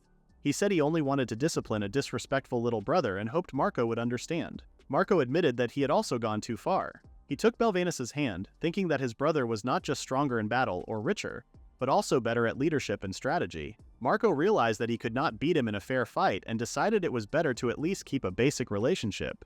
For now. Belvinus said that calling Marco ugly was just a figure of speech. He meant that a man's worth was often judged by his appearance. Marco wondered what he meant by that.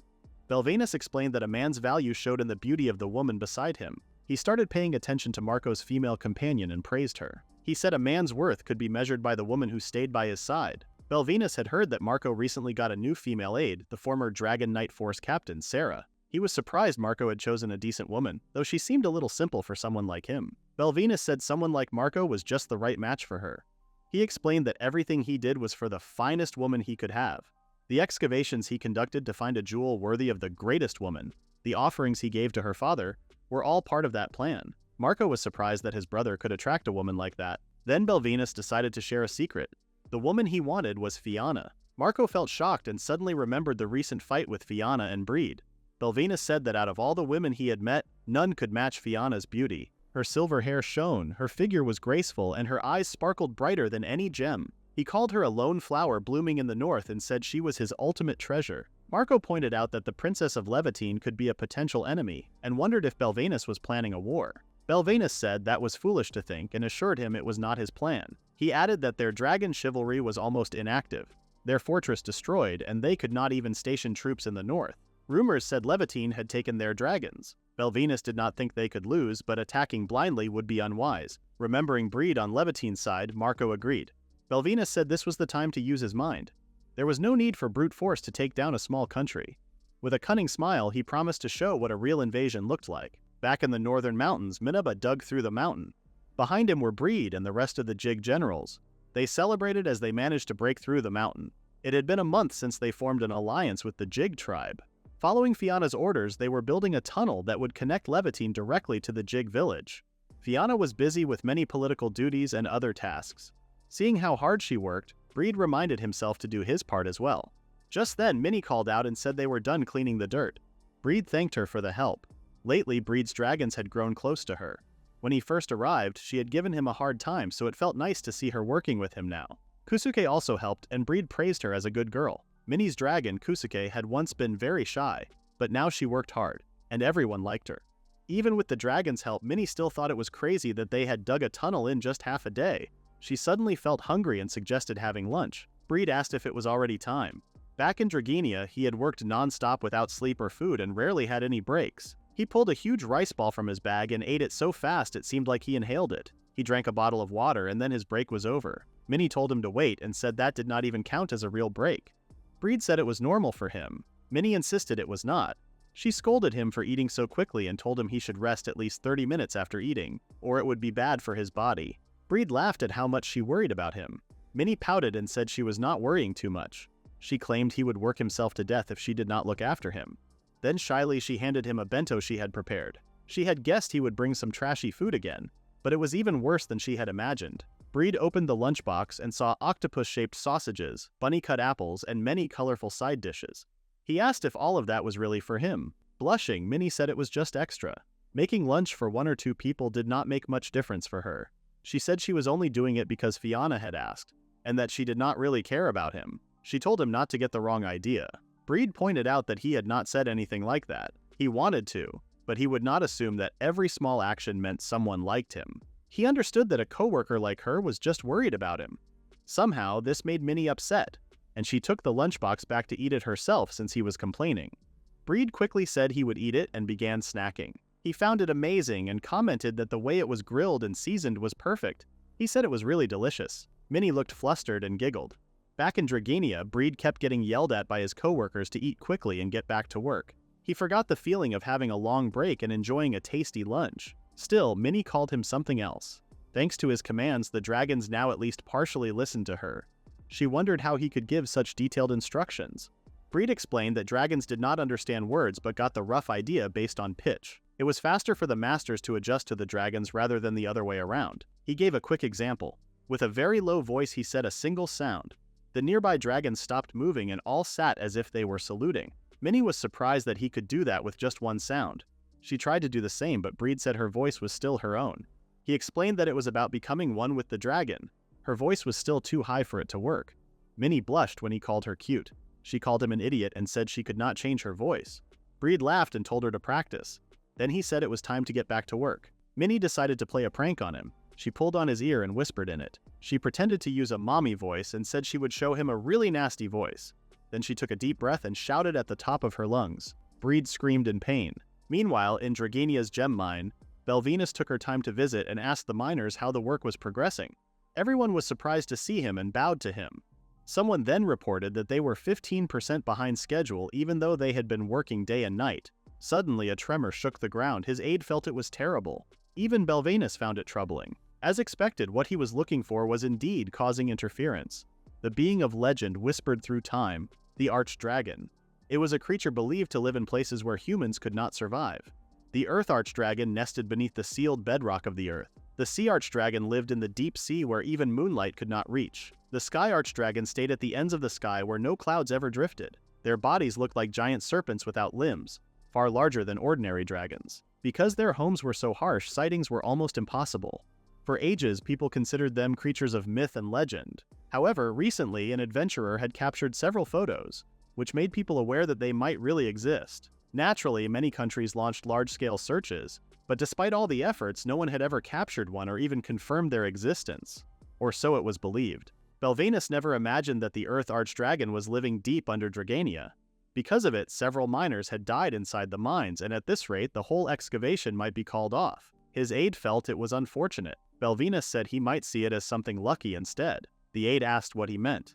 He showed a device called a speaker. With it, they could make sounds at certain frequencies. He turned it on, and a sound echoed underground. Surprisingly, the tremor stopped. His aide asked what had just happened while covering her ears. Belvenus explained that over the past few weeks he had been collecting sounds made by the Earth Archdragon. It seemed the creature lived with its young, judging by the variety of domestic noises. He gathered many of these sounds and created one the creature would find unpleasant. The aide somehow understood everything. That was how they managed to drive the Archdragon away by playing the unpleasant sound at full volume. They could not predict when it would return, so they needed to keep playing the sound for now. However, others might find it slightly annoying. The miners cheered for Belvenus. With his solution, they could continue the construction. Still, Belvenus felt very lucky. He had actually acquired an Archdragon child. During an underground inspection, he discovered and captured it. After bringing it to the research facility and testing it with different stimulations, he was able to record its vocal patterns. The resulting sound was unbearable for the Archdragon, like a child in violent distress. When he played it repeatedly, the child started frothing at the mouth and eventually collapsed. He then thought about doing something even more interesting with it. He considered using it as a weapon. He claimed the Archdragon was now heading toward Levantine. Though the creature usually preferred peace, the sound had made it aggressive, and it would likely rampage. He had already sent the wounded Archdragon child to Levantine. Its cries would surely attract its parents. When the archdragon saw its wounded child, it would go on a rampage. Buildings would fall, people would die, and Levitine would suffer greatly. Then all he needed to do was help them recover their destroyed territory and extend his hand in salvation. He could already imagine holding Fiona in his arms. He believed the moment had come for her to belong to him. He cheerfully left the mines, planning to prepare to welcome Fiona later. His aide asked if she should prepare an outfit first. The route to the Jig tribe's settlement was cleared by cutting trees in the way and opening 3 tunnels. Ore from the Jig tribe's mountains was delivered to Levitine, which allowed the people to produce refined iron. At the same time, supplies from Levitine were sent to the Jig tribe's mountain region. Because of this steady exchange, Levitine experienced a new wave of prosperity. One day, Ailu visited Breed with the help of her small fairy dragon. Breed asked if she had been working. Ailu said she had been helping Ku Chulain capture a beast that had been damaging the fields. She also missed him deeply and hugged him. Breed became flustered and asked her to let go, but Ailu refused. She said she took this job so she could see him any time and make him her husband. Just then, Minaba sensed something and warned Breed. An earthquake shook the ground. Everyone in Levitine felt it. It stopped after a few seconds, and Breed said this had been happening often. Ailu said earthquakes should not happen in this area and assumed something was wrong. Breed thanked Minaba for the warning. Earth dragons had long been known to sense shifts in the ground and warn people about major earthquakes or tsunamis. He wondered if this was a sign of a natural disaster. Things were finally going smoothly with the construction, and it would be a serious problem if something happened now. Suddenly, someone rushed toward them. A dragon and its rider almost collided with them and stopped right in front of them. A woman stepped off the dragon and commented on how Breed was with an adorable young lady. She was surprised to meet him in a place like this. A striking woman then called Breed by his full name as if she knew him very well. Breed was shocked to see his senior. Ailu asked who she was. Breed explained that this woman was the one who had taken care of him back when he worked at his old company, Kulurk Virgineering. She had been the youngest in history and the first woman to serve as Dragon Master in Dragini. For the sake of dragon research, she once buried herself underground for a week and even compared the taste of dragon dung to study their diet. He called her a weirdo. Kulurk asked what he meant by that and said he was rude, then told him to call her the greatest weirdo. Hearing Breed's explanation, Ailu assumed Kulurk knew as much about dragons as he did. Breed said he was nothing compared to her because she even earned a title. It was hard to find anyone like her anywhere in the world. He said Kulurk had deep knowledge of dragon ecology across many regions, and almost 20% of the recently discovered species were found by her. She was well known among dragon masters with many published papers in the leading dragon magazines. She was also the one who taught him dragon handling from the very beginning. Kulurk brushed it off and told him not to call her his senior anymore because it no longer fit. She told him to just call her by her name. Breed then asked why she came to the area. Kulurk said she was researching the Earth Archdragon. This surprised Breed for a moment, and he asked her to repeat it. Kulurk confirmed it and said Archdragon, not dragon. Breed nervously asked if she was joking. Ailu asked what the difference was. Breed explained that an Archdragon was an enormous creature said to exist only in legends. Because of that, he had never seen one and did not know much about them. Kulurk then said the Earth Archdragon was a unique creature that lived underground and caused earthquakes by moving wildly beneath the surface. She came to the north after hearing that information. Breed said he found it hard to believe, although it would explain the recent tremors. Kulurk could not believe he was still the same fool and asked if he had ever read Dragon magazine. She took a copy from her bag and showed Breed and Ailu a recently captured photo of the Earth Archdragon. She explained its true nature was still being studied, and that hearing this kind of news without being able to confirm it right away made her even more determined. She said that 4 years ago an adventurer discovered not only the Earth Archdragon, but also the Sky Archdragon and the Sea Archdragon. All of them were photographed. She said archdragons were no longer mythical creatures and had become proven living giants. She said no real dragon master could see this and not feel excited. She connected the recent quakes and strange weather across the continent with other signs and was now convinced the Earth Archdragon was nearby. The others might have beaten her with photos, but she swore she would uncover the full details of the Earth Archdragon's life and publish it herself. Breed saw how fired up his senior was. He remembered that her research was based on detailed data. With how confident she seemed, the rumors about an Earth Archdragon being nearby might have been true. He then wondered if she was still writing for Dragon magazine. Kulurk confirmed that she still earned her living as a writer, and made around 500,000 goldals each month. Breed was shocked because that amount was more than double his income. Kulurk remembered that fact but still asked why he was in Levatin. Breed ended up telling her what happened. She felt glad that Levatin took him in. Breed said he just got lucky. She had heard about a tame dragon missing its master, but having hundreds of them follow Breed was a mystery to her. She said dragons were intelligent and did remember their owners, but if they were raised in Draginia, they should have followed him. It was clear he was loved by the dragons, yet that alone did not explain everything. She started to think that Breed might be another subject worth observing. Breed wondered what his senior was mumbling about on her own. Kullerk then invited him to come along on her research trip. Ailu clung to Breed and said he could not go since he had tunnel work to finish. Before Breed could decline the invitation, the ground shook again, only this time it moved far harder and lasted longer. Sensing danger, Kullerk told them to stay where they were. At that moment, the ground under her feet cracked and started to break apart. She looked down and seemed calmly surprised by what she saw while falling. In an instant, Breed grabbed her leg and pulled her back to safety, and she thanked him for saving her. After she was safe, Kullerk simply laughed it off. Breed reminded her it was not something to laugh about. Kullerk called him reliable and then told them to look through the crack below. Breed and Ailu wondered what she meant. Kullerk said it was finally showing itself. Breed could not believe his eyes. The Earth Archdragon had appeared. He could hardly accept that a creature of such size truly existed. Kullerk dropped to her knees and said that a few large fissures would always form if something like that moved around. She then told Breed to look ahead. The road they had been building was now ruined. Ailu felt sad as she looked at their destroyed work. Breed was shocked that the Archdragon had caused such damage with only a small movement. If they did nothing, he realized the situation would become dangerous. He asked his senior to help him capture the Earth Archdragon. Kullerk laughed again and called him amusing. She said it went against her principles to interfere with the laws of nature. She added that capturing it was even harder than defeating it. She could not imagine catching an Archdragon many times larger than an ordinary dragon.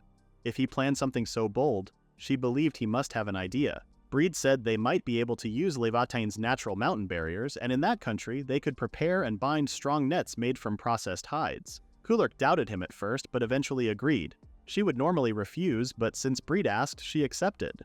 She also grew curious about how much he had improved. Before anything else, she wanted to visit the princess. Fiona soon learned what happened. After the Earth Archdragon appeared, the leaders of Levatain stopped all work and gathered for an emergency meeting.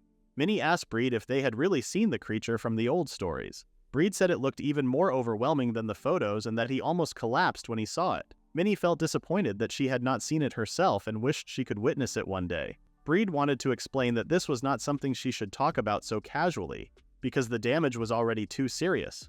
Even the elders had their newly built fields and roads destroyed by the Earth Archdragon. They were all furious. If they ignored it, the Archdragon could even destroy their whole country. Fiona asked which areas were affected. Ailu marked the places on the map that suffered the most damage. Her father reported that their houses had fallen and were completely ruined. Breed said they needed to make a capture plan soon. The elders heard this and asked if he truly meant capture. They said it was not the time to talk like that. They did not care if it was a legend or not. They only wanted the Archdragon gone. They could not farm anymore, and angrily asked if he wanted them to starve. They said the best way was to kill it and drop many bombs on it to solve the problem quickly. Kulk asked the elders to calm down for a moment and listen to Breed's plan. She knew he had something prepared. Breed explained that there was a deep gorge called Mia Canyon, a few kilometers east of the country. The cliffs were solid and formed a natural enclosure. If they drove the Archdragon there, it might stay inside. The elders doubted the idea would work. Even Kulk agreed the plan might be hard to pull off and asked how Breed planned to guide it there. Minnie then opened a bag and revealed a huge dragon flute.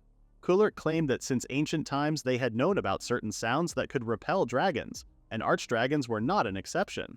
After testing many sound patterns, she discovered the scale that the Earth Dragon reacted to with the strongest repulsion. By adjusting the dragon flute to amplify that sound many times, they could create a powerful repellent tone that pushed the Earth Archdragon away. Minnie explained that the dragon flute was a tool for beginner dragon tamers because it produced sounds that easily reached a dragon's ears, and there were many versions of it. Since it was limited to simple commands, Kullerk claimed that skilled tamers eventually stopped depending on it. When it came to forcing wild dragons to leave, the flute was actually more useful. Still, the elders believed that chasing the archdragon farther would only lead to more destruction. They thought it would be easier to attack it with explosives the moment it appeared.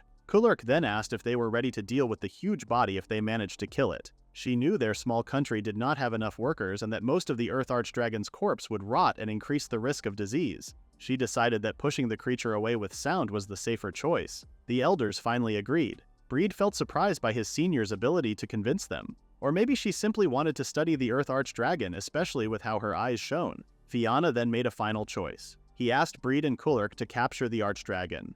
With that, their mission to capture the Earth Archdragon began.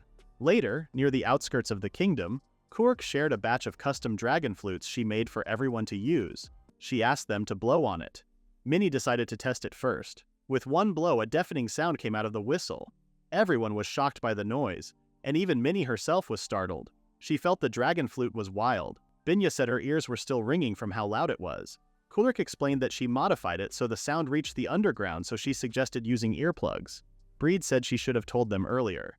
Kulurk added that it would be bad to ride dragons while using it because the effect was strong. Breed suggested moving by horse with earplugs since horses were easier to control if they did not panic. From where the Earth Archdragon showed up earlier, Kulurk guessed the area where it might be now. To drive the Archdragon toward the canyon, they would form a line from the marked spot on the map, move forward together, and push the creature in a sweeping motion. If they drove it from the edge of its territory like a hunt, they should be able to push the Earth Archdragon into the Miha Valley by force. Breed and Kulurk would be positioned north of the valley. Ailu and the elders would sweep from the northeast, and Binya and Minnie would come from the south. Everyone soon went to their positions. They signaled to confirm. Kulurk gave Breed a nod. Breed then used the whistle, but it broke after one blow. Kulurk saw he was still as overwhelming as ever. She told him to use another one, but with more control. Breed then used the second whistle successfully, but it was still too strong.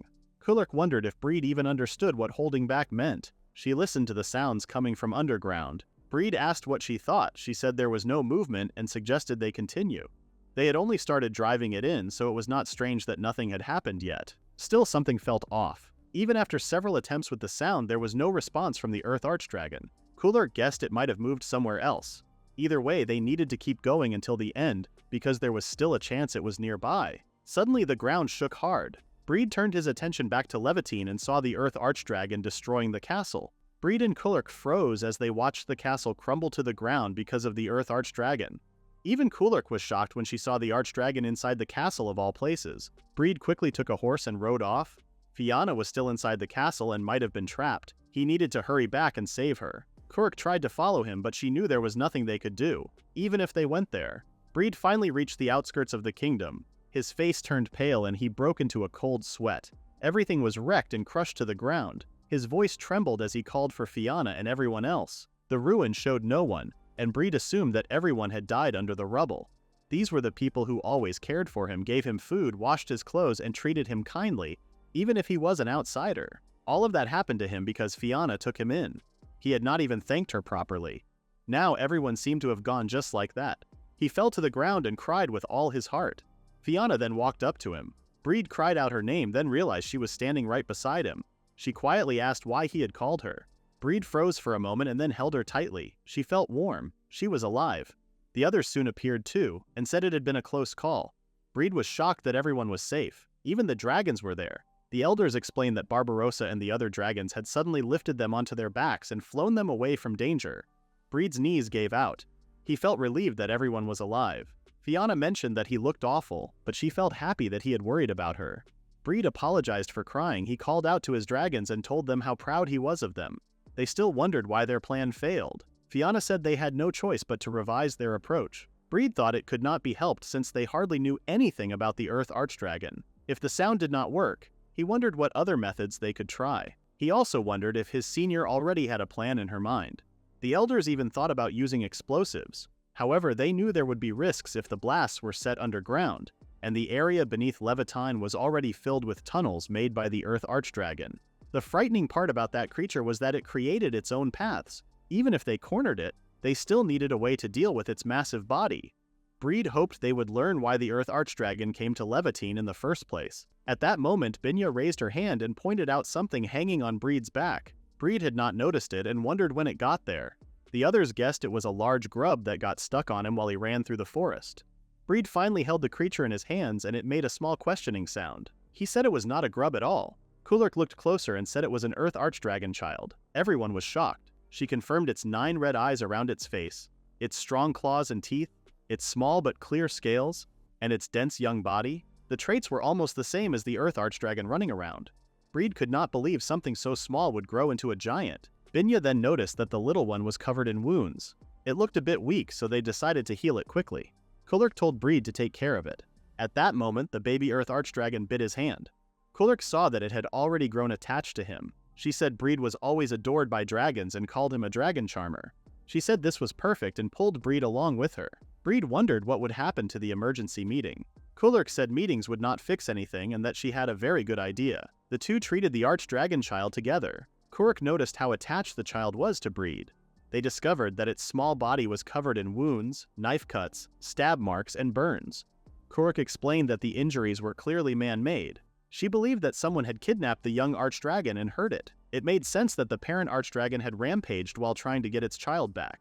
For now, they set aside the mystery of the culprit and focused on her plan. Her idea was to use the baby Earth Archdragon's cry to lure the parent Earth Archdragon to them. She had already taken sound samples while treating the young creature. She gathered enough data and combined everything to make a single voice. When she tested it, the machine produced the crying sound of the baby Archdragon. Breed believed it was the cry calling for its mother. Kulurk had expected him to understand it. With his skill level, he could already grasp the meaning behind different cries after hearing them. By using many samples, she created a new voice that sounded natural and convincing. Breed thought no one else but her could do something like that. Kulurk laughed and told him not to misunderstand. She said she only imitated the voice the same way he did with his natural voice. Breed said that what he did was simple mimicry, and that creating something at her level was impossible for him. Kulurk explained that she could not do it without machines and even envied him for being able to reach that accuracy with his natural voice alone. Luckily, dragon and archdragon voice patterns were alike, which supported the idea that they might have come from the same ancestor. Breed realized they were different but also similar in many ways. He then asked if she planned to use the voice to draw the Earth Archdragon in. Kulurk told him to hold the baby Archdragon while she played the sound from the speaker. That would bring the Earth Archdragon to them, and Breed would be able to return the young one. While they reunited in a touching moment, she could examine the Earth Archdragon's body as much as she wanted. It was the perfect plan she had created. Breed told her it was far too dangerous and reminded her that the Earth Archdragon believed its baby had been taken. She reminded him that dragon masters like them were meant to live beside danger at all times. She also mentioned the saying that one could not get a baby dragon without entering the dragon's nest. She had already accepted the risks, especially when dealing with an unknown species like the Archdragon. She also wanted to see it more closely. Breed told her to watch from a safer distance. He lifted the baby Archdragon and declared that he would simply give the child back. No matter who stood in the way, he would not allow anything to harm Levitine further. He would stop the Earth Archdragon himself.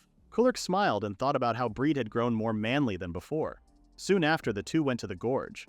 Breed wore his armor because he was ready to face the Earth Archdragon.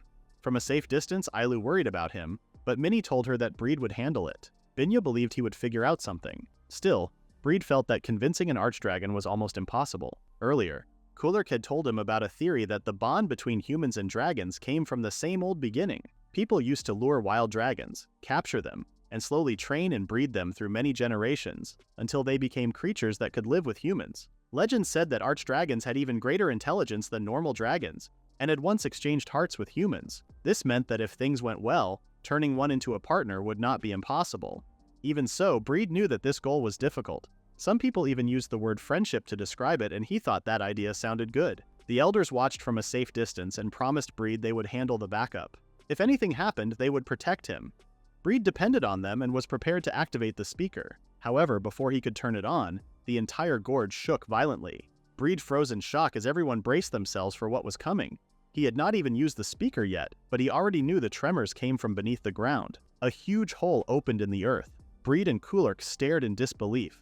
He could not believe the Earth Archdragon had already arrived. They did not even need to lure it out. He assumed it had followed the scent of its baby. The giant creature burst out of the ground with a furious roar. Breed tried to calm it by showing the baby and the treated wounds, but the Earth Archdragon refused to listen and began chasing him. He feared he would die at that rate. The girls wanted him to give the baby back, but Breed could not do that since the rampaging parent might harm it. While Breed struggled to decide what to do, a dragon suddenly appeared beside him. He realized it was the one his senior used to ride. The dragon grabbed him and placed him on its back.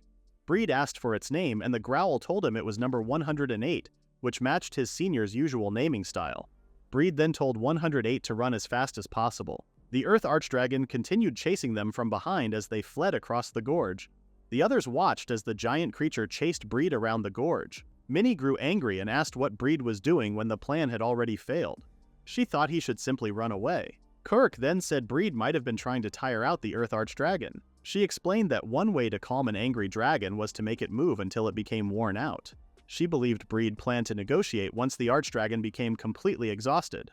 Minnie thought that plan was insane. She could not believe Breed still had not given up, although she doubted he could even talk to the Archdragon. Kulurk added that the real problem was the dragon's endurance, which often matched its huge body size. Even 108, the one Breed was riding, had already started to tire. Binya prepared to rush forward and help, but Kulurk stopped her. She said Breed looked like he had some sort of plan ready. Breed smiled and told the baby archdragon to hold on tight. He ran toward a rock wall while the archdragon chased him. He waited for the right moment and guided 108 so it stepped on the rock wall and then jumped toward the archdragon. They crashed into each other, and everyone watched as 108 flew away while Breed fell from its back. One of them asked the others to look again. Breed was alive and held on tightly to the archdragon's body. The girls could not believe he was riding it. Even Kulurk felt impressed by what he did. Binya wondered why Breed would do something so risky. Kulurk explained that the best way to calm a raging dragon was to run it until it used up all its strength. She realized Breed planned to do the same to the archdragon. Breed tied the ropes around one of its spikes. The colossal creature moved wildly, but he still held on. Many said even a skilled dragon master would risk their life trying to calm a wild dragon, and Breed was doing it on a huge archdragon. She called him insane. Kulurk agreed but said that was the kind of man Breed was. She told her to look at his face. Breed was smiling because he enjoyed the moment. Breed had never felt anything like this. It was hard, but he was having so much fun. He hung onto the rope while the archdragon continued to rage. Even when he was thrown around, he kept smiling. He tried to ask the archdragon to calm down. The creature kept roaring, yet Breed saw its movements grow slower. He guessed it was running out of stamina or saving its power. It was not every day he got to ride an earth archdragon, so he wanted to hold on as long as he could. His hands shook and his body felt torn, but he was filled with strength. His mind felt sharp. In that moment, he felt like he could reach the mind of any dragon, even an archdragon. The earth archdragon suddenly stopped and let out a small sound. The others were shocked that it froze in place. Breed also stopped moving. He felt sure he heard a voice. He looked forward and saw the archdragon turning its head toward him. He guessed it was trying to speak to him. He tried to answer, but the archdragon attacked him and ate him. Everyone called out to Breed in fear. Minnie dropped to the ground when she saw the archdragon swallow Breed. She could not believe he had been eaten. The elders began suggesting that they should blow up the creature with bombs. Ailu told them to wait because she noticed the archdragon was not moving. Inside the earth archdragon's mouth, Breed looked around with a confused expression. He sniffed the air and remembered that a dragon's scent changed based on its emotions. When excited, it smelled like strong garlic and blood. When calm, it smelled like hay. But this archdragon gave off a scent similar to clean fresh water by a clear shore. If that was the smell, he thought it meant the creature was not angry. He wondered if it was accepting him. The archdragon answered with a growl. Breed still could not understand its words, which was what he expected. The baby archdragon made a small sound, and Breed remembered that he had returned it earlier. He placed the baby on the ground. It looked around for a moment, then looked back at Breed before running off. Suddenly, someone called out to Breed. He froze when he realized the archdragon was now speaking to him. He asked if it could really talk, and the archdragon confirmed it. It explained that since ancient times, their kind had a much higher intelligence than humans. It was surprising that a human could understand its words. It described how humans kept digging into the earth without care. Its child had been frightened and ran away. When it later found its child hurt and torn, it lost control in anger. But Breed did not run. Instead, he climbed onto its back and kept talking. His calm actions and lack of fear sparked the creature's curiosity, so it chose to speak to him. It carried him into its body because he showed no doubt in that moment. Breed realized he could reason with the archdragon. He explained that they did not intend to be its enemy. If the archdragon wished, he suggested that it could live in the kingdom. He wondered if this idea would work. Unfortunately, this only made the archdragon furious. It called him despicable as its fluids boiled inside its body. Breed felt the heat around him and noticed the sharp change in smell. The archdragon warned him not to force human convenience on them. It claimed humans had always tricked them and hurt them from behind. Breed realized he had made a mistake. He said humans were not all the same and that he and his friends were not like that. He spoke to the archdragon and returned the child because he wanted to prove it. The archdragon wondered if he had real proof that the return was not a trap. The whole place kept boiling. It asked how Breed could prove he had not taken the child as bait. It asked why it should believe he was not using the child for some plan. Breed agreed with its doubts. If he were in its place, he would not trust humans either. He apologized because he could not prove anything. Still, he begged it not to attack again because the people he cared about would be hurt. He told it to do whatever it wanted to him since he did not mind if his life ended right there. The archdragon refused to listen and told him to die. Its boiling fluids covered Breed and burned him. His senses faded as the heat and harsh burning smell grew stronger. Suddenly, an archdragon child held onto his shoulder. More children came out of hiding and clung to him. They licked him, and for some reason his pain vanished. The archdragon asked its children if they were taking Breed's side. Breed was shocked to see them protect him. The archdragon stayed silent for a moment and then gave up. It said it had lost because its children had acted on their own. Breed asked if he had earned its trust. The archdragon called him a fool and said it only trusted its children and would never trust humans. It added that it could smell its own kin on him. This surprised Breed and he wondered what it meant. When the children moved away, the parent told Breed not to forget that it still did not trust humans and would remain in the kingdom only to see if they were worthy of trust. After saying that, the archdragon spat Breed out. He fell to the ground and got up, but the archdragon had already vanished. For now he felt thankful toward it. He realized it would stay and judge them, and he felt he could not ask for anything better. Breed relaxed as he looked around, and all that remained in the gorge was a huge hole. Surprisingly, the archdragon returned to the surface. It said they should at least apologize for the damage they had caused. It told Breed to leave everything to its kin. After that, it sent out its children and went back underground. Before leaving, it told Breed not to wake them again. For the moment, Breed wished it a good night. He then focused on the archdragon's children and noticed that they had already grown much bigger. On the way back, Breed wondered what the archdragon's children could even do for them. Soon, they reached a fissure. The children gathered together like a team and began working. Breed, confused, moved closer to see what was happening. The fissure closed almost instantly. He realized this was one of the things the archdragon's children could do. Earth archdragon saliva could bind and harden soil. Thanks to their work, the fissures around the country were quickly fixed. Breed was also surprised to learn that the fields would be restored. Kurk confirmed the soil quality had clearly improved. She finally understood why people in places with strong harvests worshipped the Earth archdragon. She believed this was the reason and found it fascinating. Regular dragons already had impressive abilities, so she wondered what other things the archdragons could do.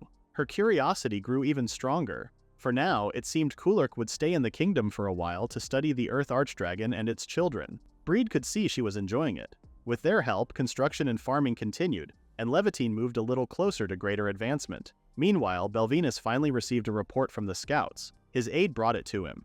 The report said that the Earth archdragon had rampaged and caused roads, fields, and many buildings in Levitine to collapse, including the castle. The destruction was so large that it made the first phase of Belvinus's plan succeed. But the aide paused and seemed unsure about continuing. Belvinus glared at her and waited for the rest. She then slowly shared that the Earth archdragon fell asleep under Levitine afterward. And for some unknown reason, the reconstruction of the city began at a very fast pace. Some reports even claimed that the Earth archdragon had allied with them. She believed that part sounded impossible. Still, it meant the second phase of the plan, which involved Belvinus offering help with the rebuilding, would not be needed. She ended the report there. Belvinus sighed and decided to let the situation unfold for now. His aide's main role was to act as his royal guard and help secure the success of the plans he created. Because of her failure, he felt he needed to act on his own and fix the problem. The original plan was to let the archdragon cause destruction in Levitine, then have the Empire step in with support for reconstruction and slowly gain control. He then remembered an interesting report from an earlier investigation and hoped it could be useful for his next move. The harder something was to obtain, the greater the joy when it was finally his. He promised himself he would claim it without fail next time. He had already chosen Fianna as the partner destined for him. At the same time, Fianna was wearing a white dress. Binya stood beside her wearing a nun's outfit. Fianna believed that Breed's achievement this time was truly remarkable. In front of her stood Breed wearing a suit with neatly arranged hair. Surrounded by people who were celebrating, he wondered what was happening. A while ago, Breed had been working when Binya suddenly pulled him away. She said he was dirty, pushed him into a bath, shaved his beard, fixed his hair, and made him change into formal clothes. Before he understood anything, he was already in this situation.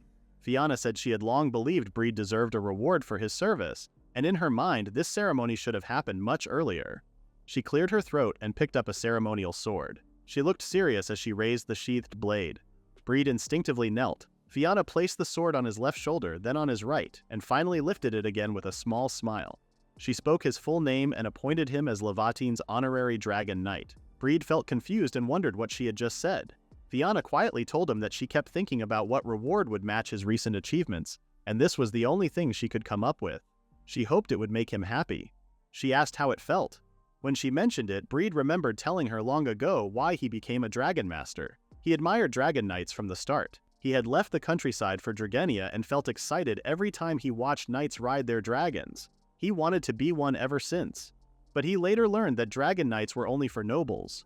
Holding on to a small hope, he became a dragon master instead, which was simply a caretaker. He could not believe she remembered such a silly story.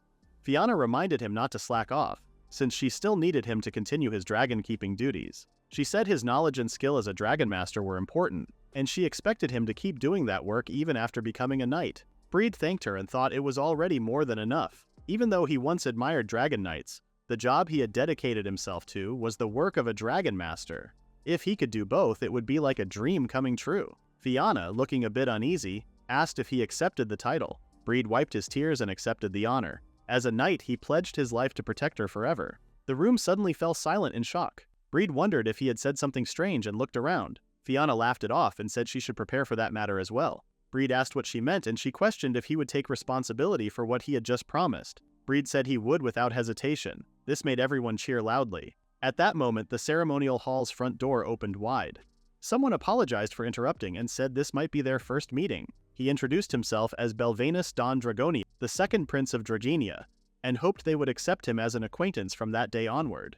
Fianna remained still with an indifferent look, while Breed felt cold sweat run down his back as his face grew pale. They could not believe the Empire's second prince casually walked toward them without being invited. Everyone already knew he was the one who kept attacking the kingdom's strongest Dragon Knight group.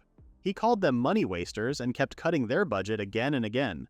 One major reason Breed and his co-workers quit was because he reduced every expense until nothing was left. Breed once remembered telling Belvanus that they would not even be able to feed the dragons because of the budget cut. He tried asking for a small increase. Belvanus firmly told him that the Dragon Knights had a fixed budget. He said Breed should use his mind, and if he lacked that, he should use his body. He even said a monkey could complain and beg, and he believed Breed was worth less than that. Breed never had a good view of him after that. Binya then wondered why the second prince of Dragenia came to their kingdom. Everyone felt shocked that he walked into enemy land alone. They warned him to be careful, or he might not return to the Empire alive. They even threatened to blast him with their bombs. Belvanus let out a long sigh and asked them to settle down first. He admitted his father once invaded their country, but he also reminded them that they had willingly signed a truce afterward. The treaty had been respected since then, and no act of war followed. If they attacked him now, it would break that agreement. The elders shouted back and told him to watch his words because they already knew the Empire's forces were gathering near the borders. Belvanus claimed those were only training drills. He explained that any army needed such practice and assumed it was the same for the kingdom. He then said he came for a different purpose. As a royal visiting their land officially, he asked them to at least listen to him. Breed could not believe how smooth and controlling the prince sounded. He worried that the prince would take over the whole situation. Fianna noticed Breed growing tense and stopped him. She agreed that Dragenia and Levantine were held together by a ceasefire treaty, but that did not change the tense state between them. Even so, the prince dared to appear before them with such careless behavior. She raised her sword at him because she felt her people had every reason to take his sudden arrival as an insult. She demanded to know what reason brought him into their kingdom and ordered him to explain himself. Belvanus was too shocked to speak. He could not find words as he looked at her up close. Her figure was perfectly shaped and balanced, showing clear beauty. He felt lucky to have this woman near him. He quietly smiled and reached toward Fianna. At that moment, Breed acted without thinking and slapped the prince's hand away.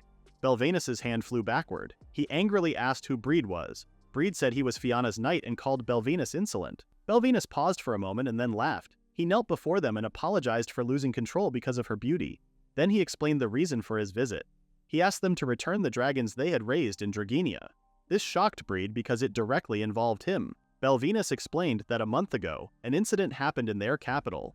Hundreds of dragons from Dragenia's Dragon Knight unit had escaped. They searched in every direction and tried to set a perimeter, but the dragons were hard to find. He said it was very troublesome because there were so many. The loss was about 10 years of the knight's budget. He spoke coldly, saying this was not something they could excuse with "we could not find them." The escaped dragons had ended up in Levantine.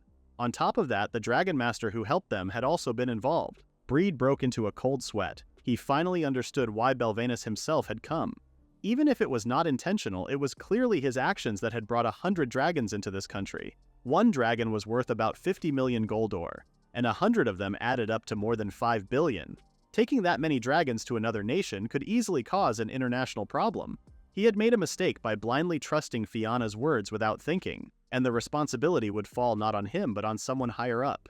He imagined Belvanus insisting that Fianna, Levantine's representative, take responsibility. He knew this was how Belvanus worked. He had heard rumors that Belvanus forced princesses from conquered countries to pay in the same way. Breed tried to take full responsibility, but Belvanus said it was fine. He understood well that Belvanus had already dismissed him as a dragon master, and the dragons he had taken would be sold sooner or later.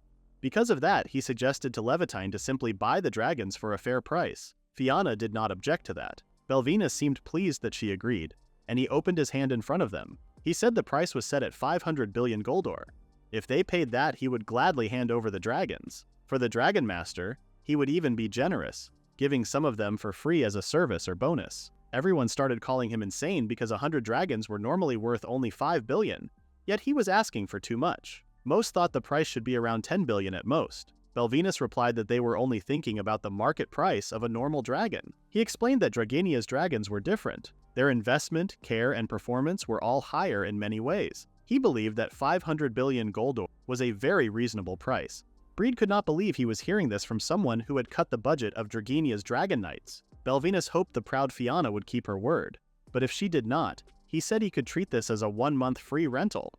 He wanted to settle the deal for 5 billion. The elders told him he was being ridiculous and could not believe he was charging so much for a single month. Belvinus explained that rental prices were always high, and even he agreed that 500 goldor was a huge sum.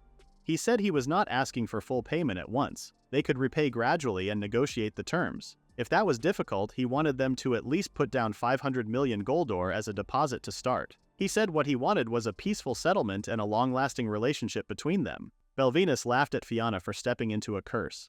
He knew she must have expected this to happen, yet she still went ahead and made the man who caused all of this her knight. She called him foolish. Still, he found a foolish woman strangely charming. He walked up to Breed and asked if he agreed, using his full name. Breed could not believe this man had known his full name all along. Belvinus remembered that there had been a dragon master at that time who had risen to become a knight in a place like this. Of course, he wanted that man to pay the price for betraying Draginia. He said that even without war, people would die and a country could fall. Belvinus walked away, feeling sure that everything was going according to his plan.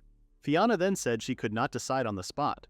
She asked for a week and promised she would give him an answer within that time. Belvinus was surprised that she stayed calm. He agreed since his goal was a peaceful coexistence after all. He told her to think carefully and give him an answer later that she would not regret. He laughed as he left the ceremonial hall. As the door closed, the citizens' anger finally reached its limit. They complained that the Prince of the Empire was trying to exploit them. They were all furious and wanted to go to war to teach him a lesson on the battlefield. Fianna shouted as loudly as she could, telling everyone to be quiet. She said it was the same short-sightedness that had ruined their country 10 years ago. She asked if they had forgotten. The elders shouted that there was no way they could pay 500 billion gold, and complained that the Empire made such demands because they knew Levitine could not pay. Fianna said she already knew that, but she warned that if they started a war over this, they would be seen as the villains. With their side being wrong, none of the neighboring countries would help them. She asked everyone to think differently. She said they could see it as buying the Draginia Dragon Knight's greatest power with money. If they thought carefully, there had to be a solution. She said this was the time to put all their minds together. The elders could not believe their princess had become so strong and wise. Even Breed was surprised by how calm she was. Fianna then apologized to Breed but told him not to let Belvinus's words bother him, since he and his comrades were now heroes of their kingdom. She said she would take responsibility for what he had done. She told him not to look so worried and reminded him that she was still the princess of Levitine. Breed watched her walk away. He could not believe there was nothing he could do at that moment, even though he had caused the problem. He decided to fix his mistake.